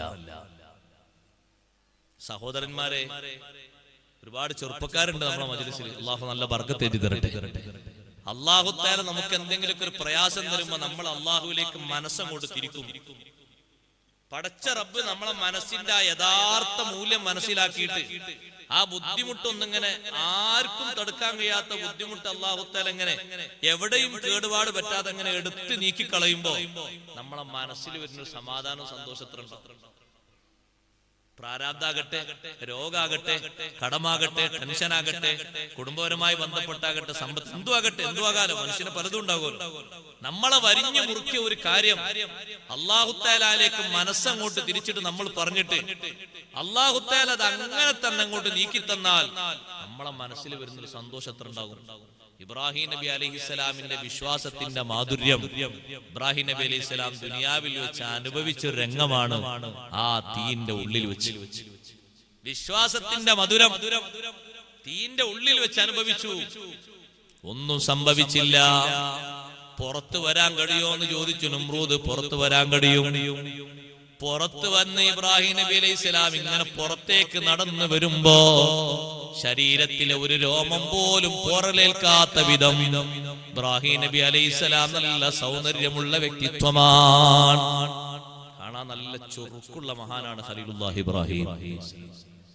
എത്ര അതിന്റെ സൗന്ദര്യം ഇസ്രായേൽ നബിമാരൊക്കെ കണ്ടിട്ട് ഇസ്രായിന്റെ യാത്രയിൽ മസ്ജിദുൽ അഖ്സയിൽ വെച്ച് നബിമാരൊക്കെ കണ്ടു വന്നല്ലോ നബി സല്ലല്ലാഹു അലൈഹി വസല്ലം. ഈ വിവരം പറഞ്ഞപ്പോ സ്വഹാബത്ത് ചോദിച്ചു, നബിയെ മൂസാ നബിന്റെ കോല എങ്ങനെയാണ്? അപ്പൊ മൂസാ നബി അലൈഹി സ്വലാമിന്റെ രൂപവും താടിയും തലയും ഒക്കെ ഇങ്ങനെ വർണ്ണിച്ചു കൊടുത്തു. നൂഹ് നബി അലൈഹി സ്വലാം എങ്ങനെയാണ്, ആദം നബി അലൈഹി സ്വലാം എങ്ങനെ, ഓരോ മോഡൽ ഇങ്ങനെ ചോദിക്കാണ്. അപ്പൊ അതൊക്കെ വർണ്ണിച്ചു കൊടുക്കുമ്പോ ഓരോ ആളുകളോട് ഓരോരുത്തരെ പറ്റി വിശദീകരിച്ചു കൊടുക്കുന്നുണ്ട്. നിങ്ങളെ കൂട്ടത്തിൽ ചിലരൊക്കെ അതിന് സാമ്യപ്പെട്ടവരൊക്കെ ഉണ്ട് എന്ന് പറഞ്ഞ് തങ്ങൾ പറഞ്ഞു കൊടുക്കുന്നുണ്ട്. കൂട്ടത്തിൽ നബി സല്ലല്ലാഹു അലൈഹി വസല്ലം ചോദിച്ചു, ഇബ്രാഹിം നബി അലൈഹി സ്വലാം എങ്ങനെയാണെന്ന് ചോദിച്ചു. ഇപ്പൊ നബി സല്ലല്ലാഹു അലൈഹി വസല്ലം പറഞ്ഞു, ഇബ്രാഹിം നബിയോട് നമ്മുടെ കൂട്ടത്തിൽ ഏറ്റവും സാദൃശ്യതയുള്ള ആള് ഞാനാണ് എന്ന് സയ്യിദുനാ റസൂലുള്ളാഹി സ്വല്ലല്ലാഹു അലൈഹി വസല്ലം. ഇപ്പൊ നബി സല്ലല്ലാഹു അലൈഹി വസല്ലം തങ്ങളുടെ രൂപഭാവത്തോട് ഒത്ത ഒരു രൂപമുള്ള ഒരു നബിയാണ് ഖലീലുല്ലാഹി ഇബ്രാഹിം അലൈഹിസ്സലാം. എത്ര സൗന്ദര്യം ഉണ്ടാവും, എത്രമാത്രം വലിയ അഴകുണ്ടാവും ഇബ്രാഹിം നബി അലൈഹിസ്സലാം. ആ ഇബ്രാഹിം നബി അലൈഹിസ്സലാമിന്റെ ശരീരത്തിന്റെ ഒരു രോമത്തിന് പോലും പോറലേൽക്കാത്ത വിധം ഇറങ്ങി നടന്നു വന്നു. ഇബ്രാഹിം നബി അലൈഹിസ്സലാം വിശ്വസിച്ച വിശ്വാസം, ജനങ്ങളെ ക്ഷണിച്ച വിശ്വാസം പെട്ടില്ലെങ്കിലും ഇത് കണ്ട് ഇബ്രാഹിം അള്ളാഹുവിന്റെ സത്യസാക്ഷ്യ വചനം നമ്രൂദിന്റെ മകളങ്ങ് ഉറക്കപ്പ ബാപ്പാനോട് പറഞ്ഞു, ബാപ്പാ നിങ്ങൾക്ക് എന്തധികാരം, എന്ത് കഴിവ്, ആ ജ്യോത്സ്യന്മാർക്ക് ഈ അറിവെങ്ങനെ കിട്ടി? അത് ശൈത്താന്മാര് മദിയനിൽ 10 കൊല്ലം കഴിഞ്ഞിട്ട് തിരിച്ച് മിസ്റിലേക്ക് തന്നെ വന്നിട്ട് ആ കൊട്ടാരത്തിന്റെ ഉള്ളിൽ കയറിയിട്ട് ഫിർഔനെയും കൂട്ടരെയും അള്ളാഹുവിന്റെ മാർഗത്തിലേക്ക് തൗഹീദിലേക്ക് ക്ഷണിക്കുമ്പോ ഫിർഔന് പറഞ്ഞ വാക്കെന്താണെന്നറിയോ? അലം ശരി, കുട്ടിക്കാലത്ത് നിന്നെ പൂർണ്ണം നിഷ്ഫലമായി പോയി. ചെയ്യിക്കുന്നതൊക്കെ നടക്കണം എന്നില്ല, കാരണം പരമാധികാരം നമ്മുടെ കയ്യിലല്ല. തബാറക്കല്ലദീ ബിയദിഹിൽ മുൽക്ക്, അൽ മുൽക്കു പരമാധികാരം, അതേ മുഴുവൻ അധികാരവും മുഴുവൻ നിയന്ത്രണവും അള്ളാഹുവിന്റെ നിയന്ത്രണത്തിലാണ്. മുഴുവൻ അധികാരവും എല്ലാവർക്കും എല്ലാം ചെയ്യാൻ കഴിയുമെന്ന് തീരുമാനിക്കരുത്, എന്ന് ചിന്തിക്കരുത്. പണക്കാരെത്രയുണ്ടായിരുന്നു, കോടീശ്വരനായ നമ്രൂ, കോടീശ്വരനായ ഖാറൂൻ, അവന്റെ പണം കൊണ്ട് അവന് രക്ഷപ്പെടാൻ കഴിഞ്ഞോ? അള്ളാഹുവിന്റെ തീരുമാനമല്ലേ അവിടെ നടന്നത്. അവന്റെ പണം കൊണ്ട് അവന്റെ ബലം കൊണ്ട് രക്ഷപ്പെടാൻ കഴിഞ്ഞോ? കഴിഞ്ഞില്ല. റബ്ബിന്റെ നിശ്ചയമാണ്, തീരുമാനമാണ് അവിടെ നടന്നത്. അഷ്റഫുൽ ഖൽഖ് മുഹമ്മദുർ റസൂലുള്ളാഹി സ്വല്ലല്ലാഹു അലൈഹി വസല്ലം തങ്ങളെ വധിക്കാൻ 18 അടവും പയറ്റി നോക്കിയവരല്ലേ ജൂതന്മാർ. കുട്ടിക്കാലത്ത് തന്നെ മുഹമ്മദ് നബി സ്വല്ലല്ലാഹു അലൈഹി വസല്ലം തങ്ങളെ 6-ാമത്തെ വയസ്സിൽ അതേ തങ്ങളെയും കൊണ്ട് മദീനയിലേക്ക് ആമിന ബീവി റളിയല്ലാഹു അൻഹ പോയല്ലോ. ആമിന ബീവി റളിയല്ലാഹു അൻഹയുടെ സഹോദരന്മാരുടെ അടുത്തേക്ക് നബി സല്ലല്ലാഹു അലൈഹി വസല്ലം തങ്ങളുടെ അമ്മാവന്മാരുടെ അടുത്തേക്ക്. ഇവിടെ ഉമ്മാന്റെ ആങ്ങൾക്ക് അമ്മാവൻ തന്നെയല്ലേ പറയാ? സുബ്ഹാന ജലാലു. നിങ്ങൾക്ക് ഇതൊക്കെ ഒന്ന് മാറ്റി എന്നാ കാക്കമാരടുത്തേക്ക്. ഇപ്പൊ മനസ്സിലായില്ലേ മക്കളെ? കാക്ക എന്ന് പറഞ്ഞാൽ മനസ്സിലായില്ലേ? ആ മനസ്സിലായി. അതിനാണ് ബുഖാരി ഉസ്താദുടെ വേഗം തന്നിട്ട് കൊടുക്കുന്ന കണ്ടില്ലേ? കണ്ടു.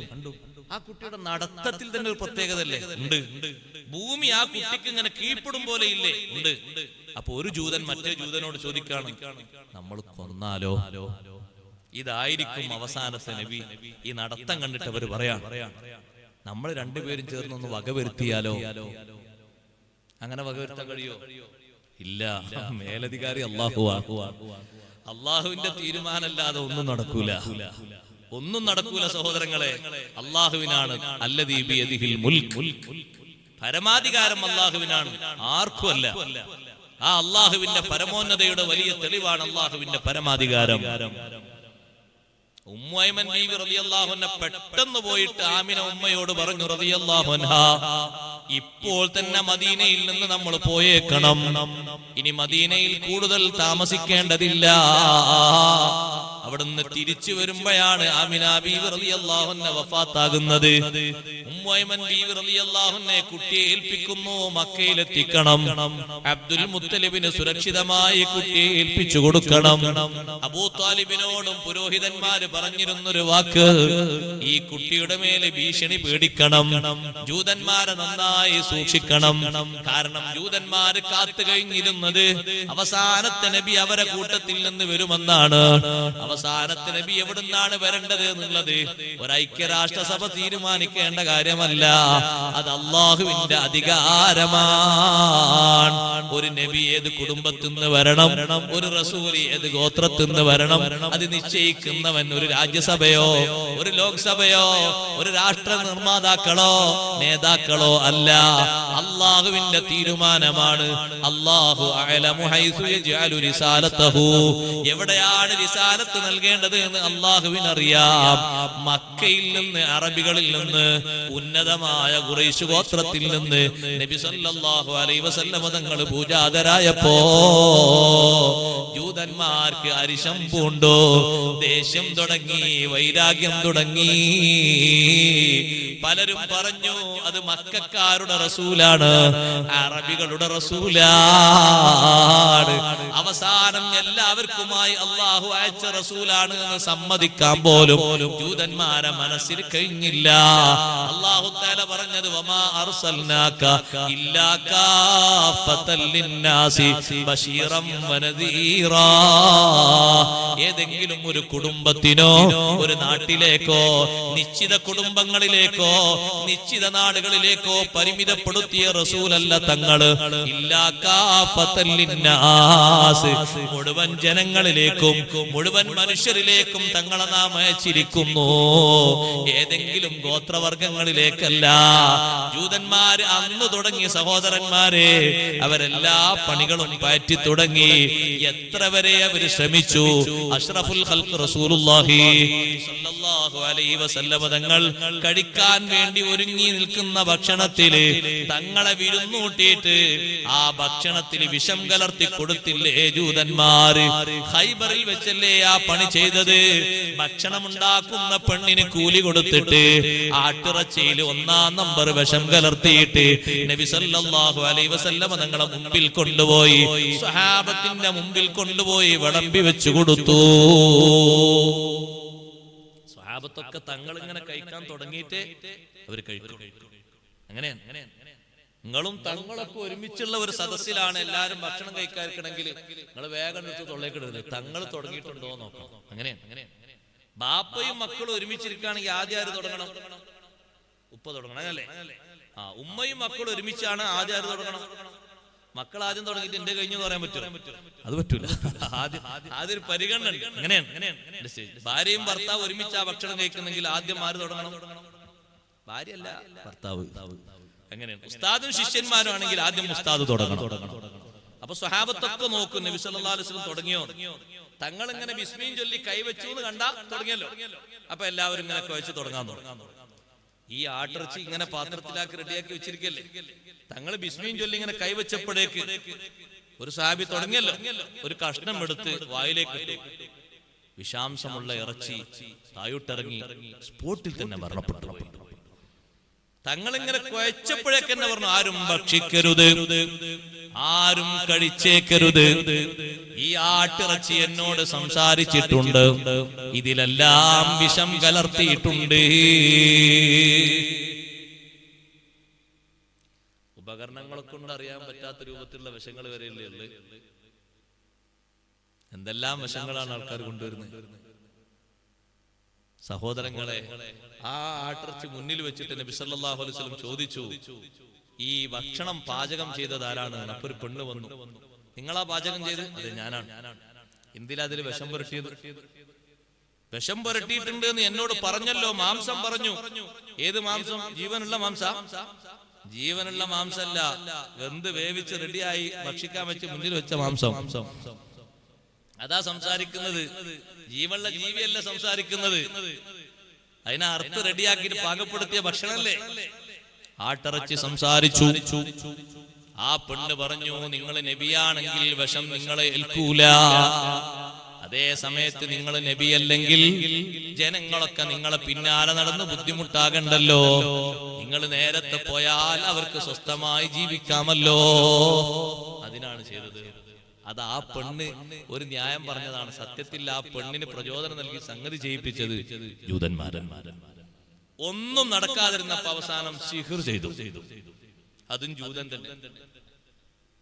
നബി സല്ലല്ലാഹു അലൈഹി വസല്ലം നിങ്ങൾക്ക് ഖിദ്മത്ത് എടുക്കുന്ന ജൂതനായ ഒരു കുട്ടിക്ക് 10-20 ദിർഹം കൊടുത്ത് തങ്ങളെ ശരീരവുമായി ബന്ധപ്പെട്ട എന്തെങ്കിലും ഒന്ന് കിട്ടണം സിഹ്ർ ചെയ്യാൻ. അപ്പോഴാണ് ആ കുട്ടിയേക്ക് പണം കൊടുത്തിട്ട് 10-20 ദിർഹം കൊടുത്തിട്ട് തങ്ങൾ മുടി വാരുന്ന ഒരു ചീർപ്പ് കൈക്കലാക്കി. ഏത് ചീർപ്പിലും 1-2 മുടികളൊക്കെ ഉണ്ടാകുമല്ലോ. ആ മുടികളൊക്കെ ഉപയോഗപ്പെടുത്തിയിട്ട് ജൂതൻ സിഹ്ർ ചെയ്തു. ആ സിഹ്ർ ഫലിച്ചോ? ആ സിഹ്ർ കൊണ്ട് എന്തെങ്കിലും ബുദ്ധിമുട്ടുണ്ടായോ? ഒന്നും നടന്നില്ല. എന്തിനാണ് ആ സിഹ്ർ? കൊന്നുകളയാൻ, തീർക്കാൻ.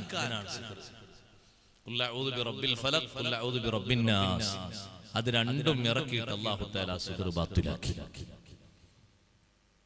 ആ 2 സൂറത്തുകളും നോക്ക് നിങ്ങൾ. 2 സൂറത്തുകൾ നോക്കിയാൽ 11 ആയത്താണ്. ഖുൽ അഊദു ബിറബ്ബിൽ ഫലഖ് 5 ആയത്ത്, ഖുൽ റബ്ബിൻ നാസ് 6 ആയത്ത്. എന്താ 11? 12 ആയില്ലല്ലോ. ഈ ജൂതൻ ഇതിൽ കെട്ടിവെച്ച കെട്ടിന്റെ എണ്ണം 11 ആണ്. ഓരോ ആയത്ത് ഓതുമ്പോ ഓരോ കെട്ടിങ്ങനെ തകർന്ന് തരിപ്പണമാകുകയാണ്. മിനൽ ജിന്നത്തി വന്നാസ് എന്നോതലോടെ 11 കെട്ടും നിഷ്ഫലമായി പോയി, ബാത്തിലായി പോയി. നടന്നില്ല. പരമാധികാരി അല്ലാഹുവാണ്. റബ്ബിന്റെ നിശ്ചയമില്ലാതെ സഹോദരങ്ങളെ ഒന്നും നടക്കില്ല. ആ കഴിവാണ് നമ്മൾ സമ്മതിച്ചുകൊണ്ട് ഏറ്റുപറയുന്നത് നിസ്കാരത്തിന്റെ ശേഷം. اللهم لا مانع لما أعطيت ولا معطي لما منعت ولا راد لما قضيت ولا ينفع ذا الجد منك الجد. നിസ്കാരത്തിന്റെ ശേഷം പറയൽ സുന്നത്തായ ദിക്റല്ലേ. എന്താണ് അല്ലാഹുവിനോട് നമ്മൾ പ്രതിജ്ഞ എടുക്കുന്നത്?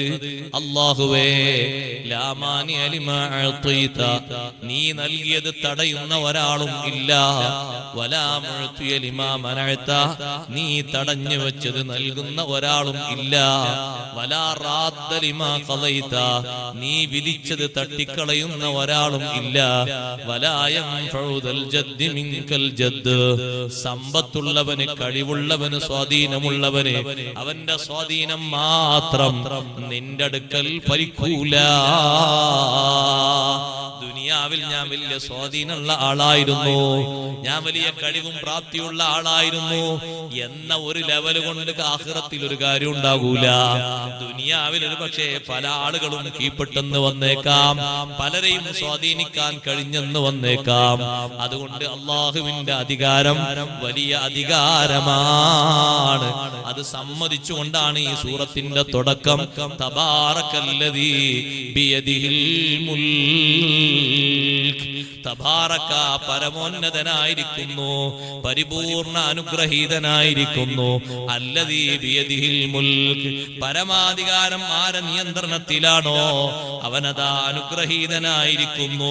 വഹുവ അലാ കുല്ലി ശൈഇൻ ഖദീർ. ഒരുപാട് തഫ്സീറുണ്ട് തബാറക എന്നതിന്. ഞാൻ ചുരുക്കി പറഞ്ഞതാണ് സഹോദരങ്ങളെ. അല്ലാഹു സുബ്ഹാനഹു വ തആല എത്ര വർണ്ണിച്ചാലും വിശേഷിപ്പിച്ചാലും തീർക്കാൻ കഴിയാത്ത വിധം അത്രയും വലിയ അനുഗ്രഹം ചൊരിയുന്നവനാണ് അല്ലാഹ്. ധാരാളം അനുഗ്രഹം ചൊരിയുന്ന വക്താവല്ലേ റബ്ബ് സുബ്ഹാനഹു വ തആല. അല്ലാഹ് തന്ന അനുഗ്രഹത്തിന് വല്ല കണക്കും ഉണ്ടോ? തബാറക എന്നതിന് ബറക്കത്ത്, ധാരാളം നൽകുന്നവൻ എന്ന അർത്ഥവും മഹാന്മാര് വിശദീകരിച്ചിട്ടുണ്ട്. എക്കാലത്തും ബറക്കത്ത് സ്ഥിരമാകുന്ന, കഴിവും ഉന്നതിയും ഒരു കാലത്തും തേഞ്ഞു മാഞ്ഞു പോകാതെ, കുറവ് വന്നു പോകാതെ ഒരേ അവസ്ഥയിൽ നിലനിൽക്കുന്നവൻ ആരാണ്? അല്ലാഹു അല്ലയോ? റബ്ബ് സുബ്ഹാനഹു വ തആലയുടെ ഏതെങ്കിലും ഒരു സിഫത്തിന് എപ്പോഴെങ്കിലും ഒന്ന് കുറവ് വരുന്നുണ്ടോ? ലോകത്തുള്ള എല്ലാ മഖ്ലൂഖാത്തും, മുഴുവൻ ആളുകളും അല്ലാഹുവിനെ ആരാധിക്കാതിരുന്നാലും റബ്ബിന് വല്ല കുറവും ഉണ്ടോ? ഇല്ലേ, ഇല്ല. എല്ലാവരും കൂടി അള്ളാഹുവിനെ അങ്ങോട്ട് ആരാധിച്ചു, വിശ്വസിച്ചു. അള്ളാഹുവിന് വല്ലതും കൂടാനുണ്ടോ? ഇല്ല. ആ നിലക്ക് അള്ളാഹു തആല പരമോന്നതനാൻ. ഏതെങ്കിലും ആളുകളെ ഇബാദത്ത് കൊണ്ട് എന്തെങ്കിലും ഒന്ന് കൂടാനില്ല. ഏതെങ്കിലും ആളുകൾ ഇബാദത്ത് ചെയ്തിട്ടില്ലെങ്കിൽ എന്തെങ്കിലും ഒന്ന് കുറയാനും ഇല്ല. ആ രൂപത്തിലല്ലേ അള്ളാഹുവിന്റെ ഉന്നതി, ആ രൂപത്തിലല്ലേ അള്ളാഹുവിന്റെ മേൽക്കോയ്മ. വഹുവ അലാ കുല്ലി ഷൈഇൻ ഖദീർ. എല്ലാറ്റിനും കഴിവുള്ളവനാണ് അല്ലാഹ്.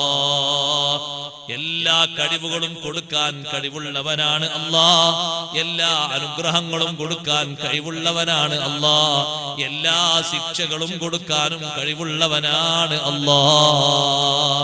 അവന്റെ കഴിവിന്റെ അടയാളം, അവന്റെ ഖുദ്റത്തിന്റെ അടയാളം കണ്ടില്ലേ അല്ലാഹു പറയുന്നത്? അല്ലദീ ഖലഖൽ മൗത വൽ ഹയാത ലിയബ്ലുവകും അയ്യുകും അഹ്സനു അമലാ വഹുവൽ അസീസുൽ ഗഫൂർ. ആ ആയത്ത് ഫുള്ള് ഞാൻ വിശദീകരിക്കുന്നില്ല.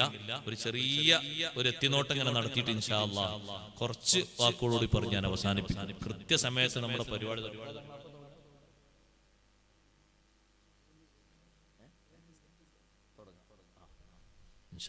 7 മണിക്ക് തുടങ്ങാം, 9 മണിക്ക് നിർത്താറ് അല്ലേ?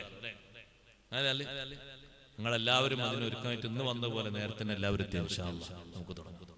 പിന്നെ 9 മണിക്ക് നിർത്തിയിട്ട് നിസ്കാരമൊക്കെ കഴിഞ്ഞിട്ട് ഭക്ഷണമൊക്കെ കഴിച്ചിട്ട് നമുക്ക് കുറച്ചുകൂടി സമയം കിട്ടും. ഇന്ന് തുടക്കമായതുകൊണ്ട് കുറച്ച് ഇങ്ങോട്ടായതാണ്. അല്ലാഹു തആല തൗഫീഖ് തരട്ടെ. നമ്മുടെ മജ്‌ലിസ് അല്ലാഹു ഖബൂലാക്കി തരട്ടെ. അല്ലാഹുവിന്റെ ഖുദ്റത്തിന്റെ കമാലിയത്ത് വിശദീകരിക്കാം. വഹുവ അലാ കുല്ലി ഷൈഇൻ ഖദീർ എന്ന് പറഞ്ഞപ്പോൾ എല്ലാറ്റിനും കഴിവുള്ളവൻ. വലിയൊരു കഴിവാണ് ഖലഖൽ മൗത വൽ ഹയാത. മൗത്തും ഹയാത്തും അല്ലാഹു സൃഷ്ടിച്ചു, അല്ലാഹു സംവിധാനിച്ചു. മൗത്തും ഹയാത്തും ആദ്യം തന്നെ പറഞ്ഞ മൗത്താണ്. നമ്മളൊക്കെ നല്ലോണം ശ്രദ്ധിക്കാനാണ്. മൗത്തിൽ നിന്ന് തടയാനോ പിന്തിരിപ്പിക്കാനോ അറിയില്ല. അല്ലാഹു നിശ്ചയിച്ച സമയത്ത് തന്നെ മൗത്ത് നടത്തും. ഒരു മിനിറ്റ് അങ്ങോട്ടും ഇങ്ങോട്ടും ഒരു ചേഞ്ചും ഇല്ല, ഒരു മാറ്റം.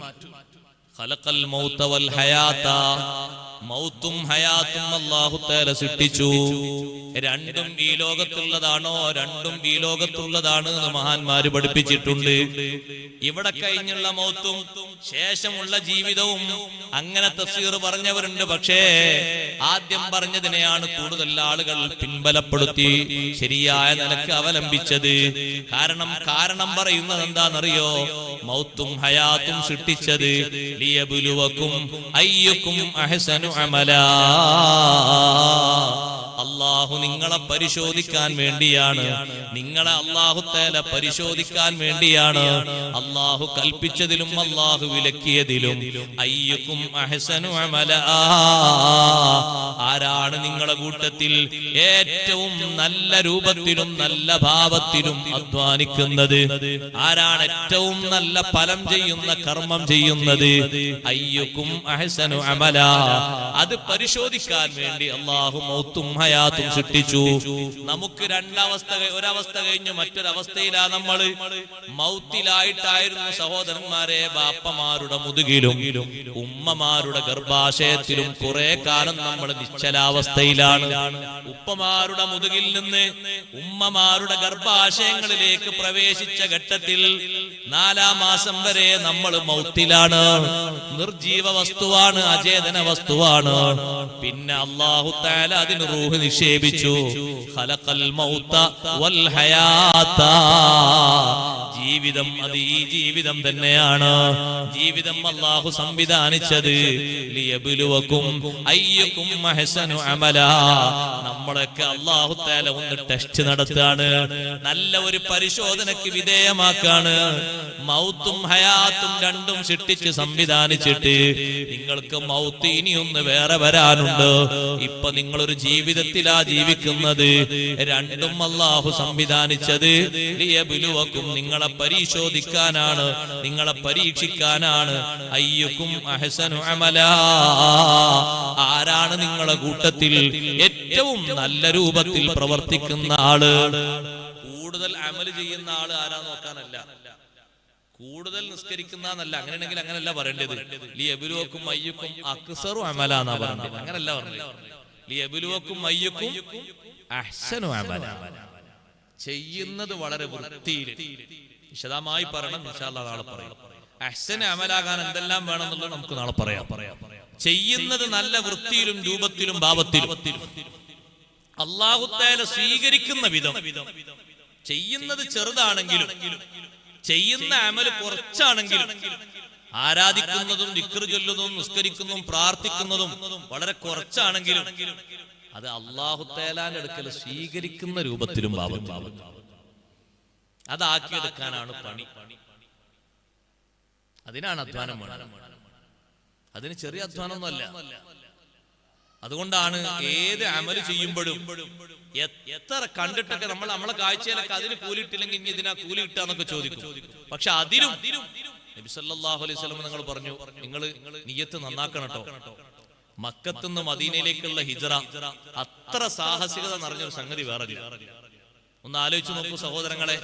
പലരും മക്കത്തുനിന്ന് മദീനയിലേക്ക് ഹിജ്റ പോകുമ്പോ ബാപ്പാന്റെ അടുത്ത് ഇഷ്ടം പോലെ സ്വത്തുണ്ട്, കോടിക്കണക്കിന് സ്വത്തുണ്ട്. പക്ഷേ ഒരൊറ്റ ദിർഹം പോലും വിട്ടുകൊടുക്കാത്ത ബാപ്പമാരുണ്ട്. മക്കള് വിശ്വാസത്തിന്റെ തേരിലേറിയിട്ട് മദീനയിലേക്ക് ഹിജ്റ പോകാൻ ഉടുത്ത വസ്ത്രമല്ലാതെ മറ്റൊരു വസ്ത്രം കൊടുക്കാത്തവരുണ്ട്. വാഹനമില്ലാതെ നടന്നുപോയവരുണ്ട്. ഇന്നത്തെ റോഡിലൂടെ നടന്നു പോകുന്ന അവസ്ഥയല്ല.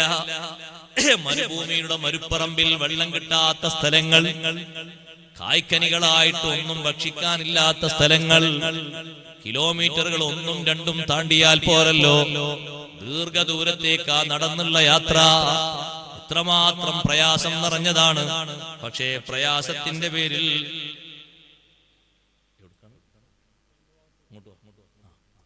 ബക്കറ്റ് വരുന്നുണ്ട്. അവിടെ പേടിക്കണ്ടെന്ന് പറഞ്ഞാണ്, നല്ല സംഭാവന ഇട്ട് തരണം. ബക്കറ്റ് വരുന്നുണ്ട്, ബക്കറ്റ് വരുന്നത് പറഞ്ഞില്ലല്ലോ എന്ന് പറയേണ്ടത്. ബക്കറ്റ് വരുന്നുണ്ട്. തുടക്കത്തിൽ തന്നെ വരുന്ന സംഭാവന കുറക്കാൻ പാടില്ല, നല്ല സംഭാവന കൊടുക്കണം. അല്ലാഹു തആല നമ്മുടെ ഈ മജ്ലിസ് ദുആഇന് ഇജാബത്തുള്ള സദസ്സായി സ്വീകരിക്കുമാറാകട്ടെ. അപ്പോ മക്കത്തുനിന്ന് മദീനയിലേക്ക് ഹിജ്റ പോകുന്ന ഒരു വ്യക്തി, ആ വ്യക്തിക്ക് വലിയ മഹത്വം. വീട്ടിൽ നിന്ന് ഒരാൾ ഹിജ്റയ്ക്ക് വേണ്ടി പുറപ്പെട്ടു. പോകുന്ന വഴിയിൽ ആ മനുഷ്യന് മരണം സംഭവിച്ചു പോയാൽ അതിന്റെ മഹത്വം അല്ലാഹു ഖുർആനിലൂടെ പറഞ്ഞു, ഫഖദ് വഖഅ അജ്റുഹു അലല്ലാഹ്. ആ മനുഷ്യന് കൊടുക്കേണ്ട കൂലി റബ്ബ് സുബ്ഹാനഹു വ തആല ഉറപ്പിച്ചു പോയി. കാരണം നാടും വീടും കുടുംബവും വിട്ടിട്ട് എങ്ങോട്ടാ പോകുന്നത്? ഹിജ്റ പോവുകയാണ്. നേർക്ക് നേരെ ഇസ്ലാമിലായിട്ട് അമൽ ചെയ്യാൻ പറ്റുന്ന ഒരു സ്ഥലത്തേക്ക്. അതിന് ചെറിയ പ്രതിഫലമൊന്നുമല്ല അല്ലാഹു തആല കൊടുക്കുക. എത്രയെന്നുള്ളത് നമുക്ക് കണക്കാക്കാൻ കഴിയൂല, അത്രയുണ്ട്. പക്ഷെ അങ്ങനെ പോകുന്ന ആ യാത്രയിലും നബി സല്ലല്ലാഹു അലൈഹി വസല്ലം നിങ്ങൾ പറഞ്ഞു, ഹിജ്റ മാത്രമേ നിങ്ങളെ മനസ്സിൽ ഉണ്ടാകാൻ പറ്റുള്ളൂ. മദീന നല്ല മാർക്കറ്റിംഗ് ഉള്ള സ്ഥലമാണ്. ഏതായാലും കുറച്ചു പോയിട്ട് കച്ചവടമൊക്കെ ചെയ്തിട്ട് സമ്പത്ത് വർദ്ധിപ്പിക്കാം. ഉദ്ദേശം പറ്റൂല കേട്ടോ. മോശപ്പെട്ട ഉദ്ദേശം ഒന്നുമല്ലല്ലോ, നല്ല ഉദ്ദേശം തന്നെയല്ലേ. കച്ചവടം അത്ര നല്ലതാ. പക്ഷെ ഈ ഹിജ്റന്റെ കൂടെ അങ്ങനെ ഒന്നും വേണ്ട. ഏതായാലും കല്യാണം കഴിക്കാനായിട്ടുണ്ട്, ഹിജ്റ പോകാതെ പറ്റൂല. ഇവിടുന്ന് ഹിജ്റ പോകണം, അവിടെ എത്തിയിട്ടാകാ കല്യാണം. അതും ഈ പോക്കിന്റെ കൂടെ ഉദ്ദേശം. കുടുംബക്കാരൊക്കെ കുറെ അവിടെ ഉണ്ട്, ആ കുടുംബത്തോടൊപ്പം സുഗമമായി കഴിയാം. അത് ഉദ്ദേശം വേണ്ട. ഉദ്ദേശം ഒറ്റൊന്ന് മാത്രം, അൽ ഹിജ്റത്തു ഇലല്ലാഹി വ റസൂലിഹി. വേറൊന്നും അതിന്റെ കൂടെ വേണ്ട, പിന്നിലും വേണ്ട, മുന്നിലും വേണ്ട. അങ്ങനെ ആത്മാർത്ഥമായിട്ട് ഹിജ്റ പോകണം. ആ ഹിജ്റയെ അല്ലാഹു തആല ഹിജ്റയായിട്ട് പരിഗണിക്കൂന്ന് കഷ്ടപ്പാടുകളോടെ ഹിജ്റ പോകുന്ന സ്വഹാബിമാരോട്. ഹിജ്റ പോയപ്പോ ചിലർക്ക് മക്കളെ നഷ്ടമായിട്ടുണ്ട്.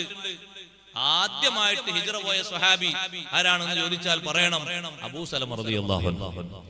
മക്കത്തുനിന്ന് മദീനയിലേക്ക് ആദ്യം ഹിജ്റ പോയ മഹാനാണ് അബൂ സലമ. ശരിയായ പേര് അബ്ദുറഹ്മാൻ റളിയല്ലാഹു അൻഹു. അബൂ സലമയും ഉമ്മു സലമയും റളിയല്ലാഹു അൻഹു രണ്ടുപേരും ഒരുമിച്ചായിരുന്നു യാത്ര ചെയ്യുന്നത്. സലമത്ത് എന്നൊരു മകനും ഉണ്ട്. പക്ഷേ ഭർത്താവിന്റെ കുടുംബക്കാരും ഭാര്യയുടെ കുടുംബക്കാരും രണ്ടുപേരും വന്ന് ഈ കുട്ടിയെ കൊണ്ടുപോകാൻ സമ്മതിക്കൂല എന്ന് പറഞ്ഞു. ഉമ്മു ഉമ്മു സലമ റളിയല്ലാഹു അൻഹയുടെ മടിയിലിരിക്കുന്ന സലമത്ത് എന്ന കുട്ടിയെ ഒരു കൈ ഭർത്താവിന്റെ കുടുംബവും ഒരു കൈ ഭാര്യയുടെ കുടുംബവും വലിച്ചു. ഉമ്മു സലമ റളിയല്ലാഹു അൻഹ പറഞ്ഞു, എന്റെ കുട്ടിയുടെ കൈ പിരിഞ്ഞു പോകുമോ എന്ന് പേടിച്ചിട്ട് ഞാൻ പെട്ടെന്ന് കുട്ടിയെ വിട്ടുകൊടുത്തു. ഭർത്താവിന്റെ കുടുംബം കുട്ടിയുമായിട്ട് അവരെ വീട്ടിൽ പോയി. അബൂ സലമ റളിയല്ലാഹു അൻഹു സ്വന്തം ഭാര്യയോട് ഉമ്മു സലമ ബീവിയോട് പറഞ്ഞു, ഞാൻ ഏതായാലും പോകാൻ തീരുമാനിച്ചു. എപ്പോഴാണോ കുട്ടിയെ കയ്യിൽ കിട്ടുന്നത് നിങ്ങൾ അപ്പ വന്നോളൂ, ഞാൻ പോവുകയാണ്. ഒറ്റക്കാണ് പോകുന്നത്. കൂട്ടമായി ഇറങ്ങിയവർ യാത്രയിൽ തന്നെ ഒറ്റപ്പെട്ടു പോയി. ഉമ്മു സലമ റളിയല്ലാഹു അൻഹയുടെ കയ്യിൽ നിന്ന് കുട്ടിയെ ഭർത്താവിന്റെ കുടുംബം കൊണ്ടുപോയി. എല്ലാ ദിവസവും ഹിജ്റ പോകുന്ന നേരത്ത് കുട്ടി കയ്യിൽ നിന്ന് വാങ്ങിക്കൊണ്ടുപോയ സ്ഥലത്തേക്ക് ഉമ്മു സലമ റളിയല്ലാഹു അൻഹ വന്നിരിക്കും. വളരെ വിഷമത്തോടെ സങ്കടത്തോടെ എന്റെ കയ്യിൽ നിന്ന് കുട്ടിയെ കൊണ്ടുപോയല്ലോ എന്ന നിലക്ക് കുറെ നേരം അവിടെ ഓർത്തിരിക്കും. അങ്ങനെ പല ദിവസവും അങ്ങനെ ഇരിക്കുന്നത് കുടുംബത്തിൽപ്പെട്ടൊരു കാരണവര് കണ്ടപ്പോ ഭർത്താവിന്റെ കുടുംബത്തോട് പറഞ്ഞു, ആ കുട്ടിയെ തിരിച്ചു കൊടുക്കണം. ഈ കുട്ടിയെ സംരക്ഷിക്കുന്നതിന് നിങ്ങൾക്കൊരു പരിധിയുണ്ട്. ഉമ്മ സംരക്ഷിക്കും പോലെ ഒരു മകനെ ഒരു മകളെ ഒരാൾക്കും പോറ്റി വളർത്താൻ കഴിയില്ല. അതുകൊണ്ട് കുട്ടിയെ തിരിച്ചു കൊടുത്തേക്കണം. കുട്ടിയെ കുറച്ച് ദിവസങ്ങൾ കഴിഞ്ഞപ്പോ ഇടപെടൽ മൂലം കിട്ടി. ഉമ്മു സലമ റളിയല്ലാഹു അൻഹ ഒറ്റക്കൊരു വാഹനത്തിലാണ് മദീനയിലേക്ക് പോകുന്നത്. ഒരാണും പെണ്ണും കൂടെയില്ല. സ്വഹാബിമാരും മാത്രമല്ല, സ്വഹാബിയത്തിന് രണ്ടുപേരുടെ അവസ്ഥ ഇതാണ്. അബൂ സലമ റളിയല്ലാഹു അൻഹു ഒറ്റക്ക് പോയതുപോലെ ഉമ്മു സലമ റളിയല്ലാഹു അൻഹ പറയാണ്, ഞാൻ ഒറ്റക്ക് എന്റെ മകനെയും മടിയിലിരുത്തിയിട്ട് ഒരു വാഹനപ്പുറത്ത്. ഒരു കാർ ഓടിച്ചു പോകുന്ന ആൾക്കാർക്ക് പിന്നെയും ധൈര്യമുണ്ട് നോക്കാം. ഇതൊരു വാഹനപ്പുറത്ത് പോകുമ്പോ പരിസരങ്ങളിൽ നമ്മുടെ ഈ ലൈറ്റ് സംവിധാനം ഒന്നുമില്ല. രാത്രിയും പകലൊക്കെ താണ്ടിപ്പോകണ്ടേ. തൻഈമിലെത്തിയപ്പോ ഒറ്റക്കൊരു പെണ്ണിങ്ങനെ പോകുന്നത് കണ്ടപ്പോ ഉസ്മാൻ ഇബ്നു ത്വൽഹ എന്ന് പറയുന്ന ഒരു മാന്യനായ വ്യക്തി, പലപ്പോഴും ഉമ്മു സലമ റളിയല്ലാഹു അൻഹ പറയാറുണ്ട്, ആ മനുഷ്യൻ നല്ല മാന്യതയുള്ള ആളാണ്. ഉസ്മാൻ ഇബ്നു ത്വൽഹ അന്ന് നബി തങ്ങളെ വിശ്വസിച്ചിട്ടൊന്നുമില്ല. ഉസ്മാൻ ഇബ്നു ത്വൽഹ ചോദിച്ചു, ഒറ്റക്കാണോ യാത്ര? ഒറ്റക്കാണെന്ന് പറഞ്ഞു. എങ്ങോട്ടാണ്? മദീനയിലേക്കാണ്. കൂടാറില്ലേ? ഭർത്താവ് ഉണ്ടായിരുന്നു, പക്ഷെ നേരത്തെ വേർപെട്ടു പോയി, ഒറ്റക്ക് പോയി. ഞാൻ നിങ്ങളെ കൂടെ വഴി കാണിച്ചുകൊണ്ട് കൂടെ വരാം. ഉമ്മു സലമ റളിയല്ലാഹു അൻഹ പിന്നീട് പറയാറുണ്ട്, ഇത്ര വിശ്വസ്തനായ ഒരു വ്യക്തിയെ ഞാൻ കണ്ടിട്ടില്ല. വിശ്വാസത്തിൽ ഞങ്ങൾ ഒരുമിച്ചല്ലെങ്കിലും അദ്ദേഹം എനിക്ക് വഴികാട്ടിയായി നടന്ന് മദീന കാണുന്നിടത്ത് എത്തിയപ്പോ എന്നോട് പറഞ്ഞു, ഇനി പേടിക്കാനൊന്നുമില്ല, അതാ നേരെ കാണുന്നൊരു സ്ഥലം, അങ്ങോട്ട് നേരെ വിട്ടോളൂ, പെട്ടെന്ന് മദീനയിൽ നിങ്ങളെത്തും. മദീന വരെ എനിക്ക് വഴി കാണിച്ചു തന്ന് തിരിച്ച് ഉസ്മാൻ ഇബ്നു ത്വൽഹ തൻഈമിലേക്ക് തന്നെ പോകുന്നു. സഹോദരങ്ങളെ, ആ ഒറ്റക്ക് സാഹസികമായിട്ടാണ് യാത്ര ചെയ്തതെങ്കിലും സ്വത്തൊക്കെ മക്കയിൽ വിട്ടു പോകേണ്ടി വന്നാലും നിയ്യത്ത് നന്നാക്കിയെങ്കിലേ ഹിജ്റയാകൂ. എല്ലാ അമലും അങ്ങനെ തന്നെയാണ്. അള്ളാഹു നമ്മുടെ അമലുകളൊക്കെ നന്നാക്കി തരട്ടെ. അത് പരിശോധിക്കാനും ആരാണ് അത് കടഞ്ഞെടുത്ത് ശരിയാക്കുന്നത് നോക്കാനുമാണ് ഈ ചെറിയ ജീവിതം അള്ളാഹു സംവിധാനിച്ചത്. ഇവിടെ സുഖിക്കാനല്ല അള്ളാഹു നമ്മൾ ഏർപ്പാടാക്കിയത്, ഉല്ലസിക്കാനല്ല, ആർത്ത് ചിരിക്കാനല്ല, ആർഭാടകരമായി ജീവിക്കാനല്ല. ലിയബ്ലുവക്കും അയ്യുക്കും അഹ്സനു അമലാ. ജീവിതം അള്ളാഹു പടച്ചത്, പടച്ച റബ്ബല്ലേ ജീവിതം സൃഷ്ടിച്ചത്. ശേഷമുള്ളൊരു മരണം അള്ളാഹു സംവിധാനിച്ചത്. മരണത്തിന് ആ റിസൾട്ട് വരിക, ജീവിതത്തിന്റെ റിസൾട്ട് മരണത്തിൽ വരും. മരണത്തോടെ റിസൾട്ട് വന്നു കഴിഞ്ഞു. എന്ത് റിസൾട്ട് വരണം? ലിയബ്ലുവക്കും അയ്യുക്കും അഹ്സനു അമലാ.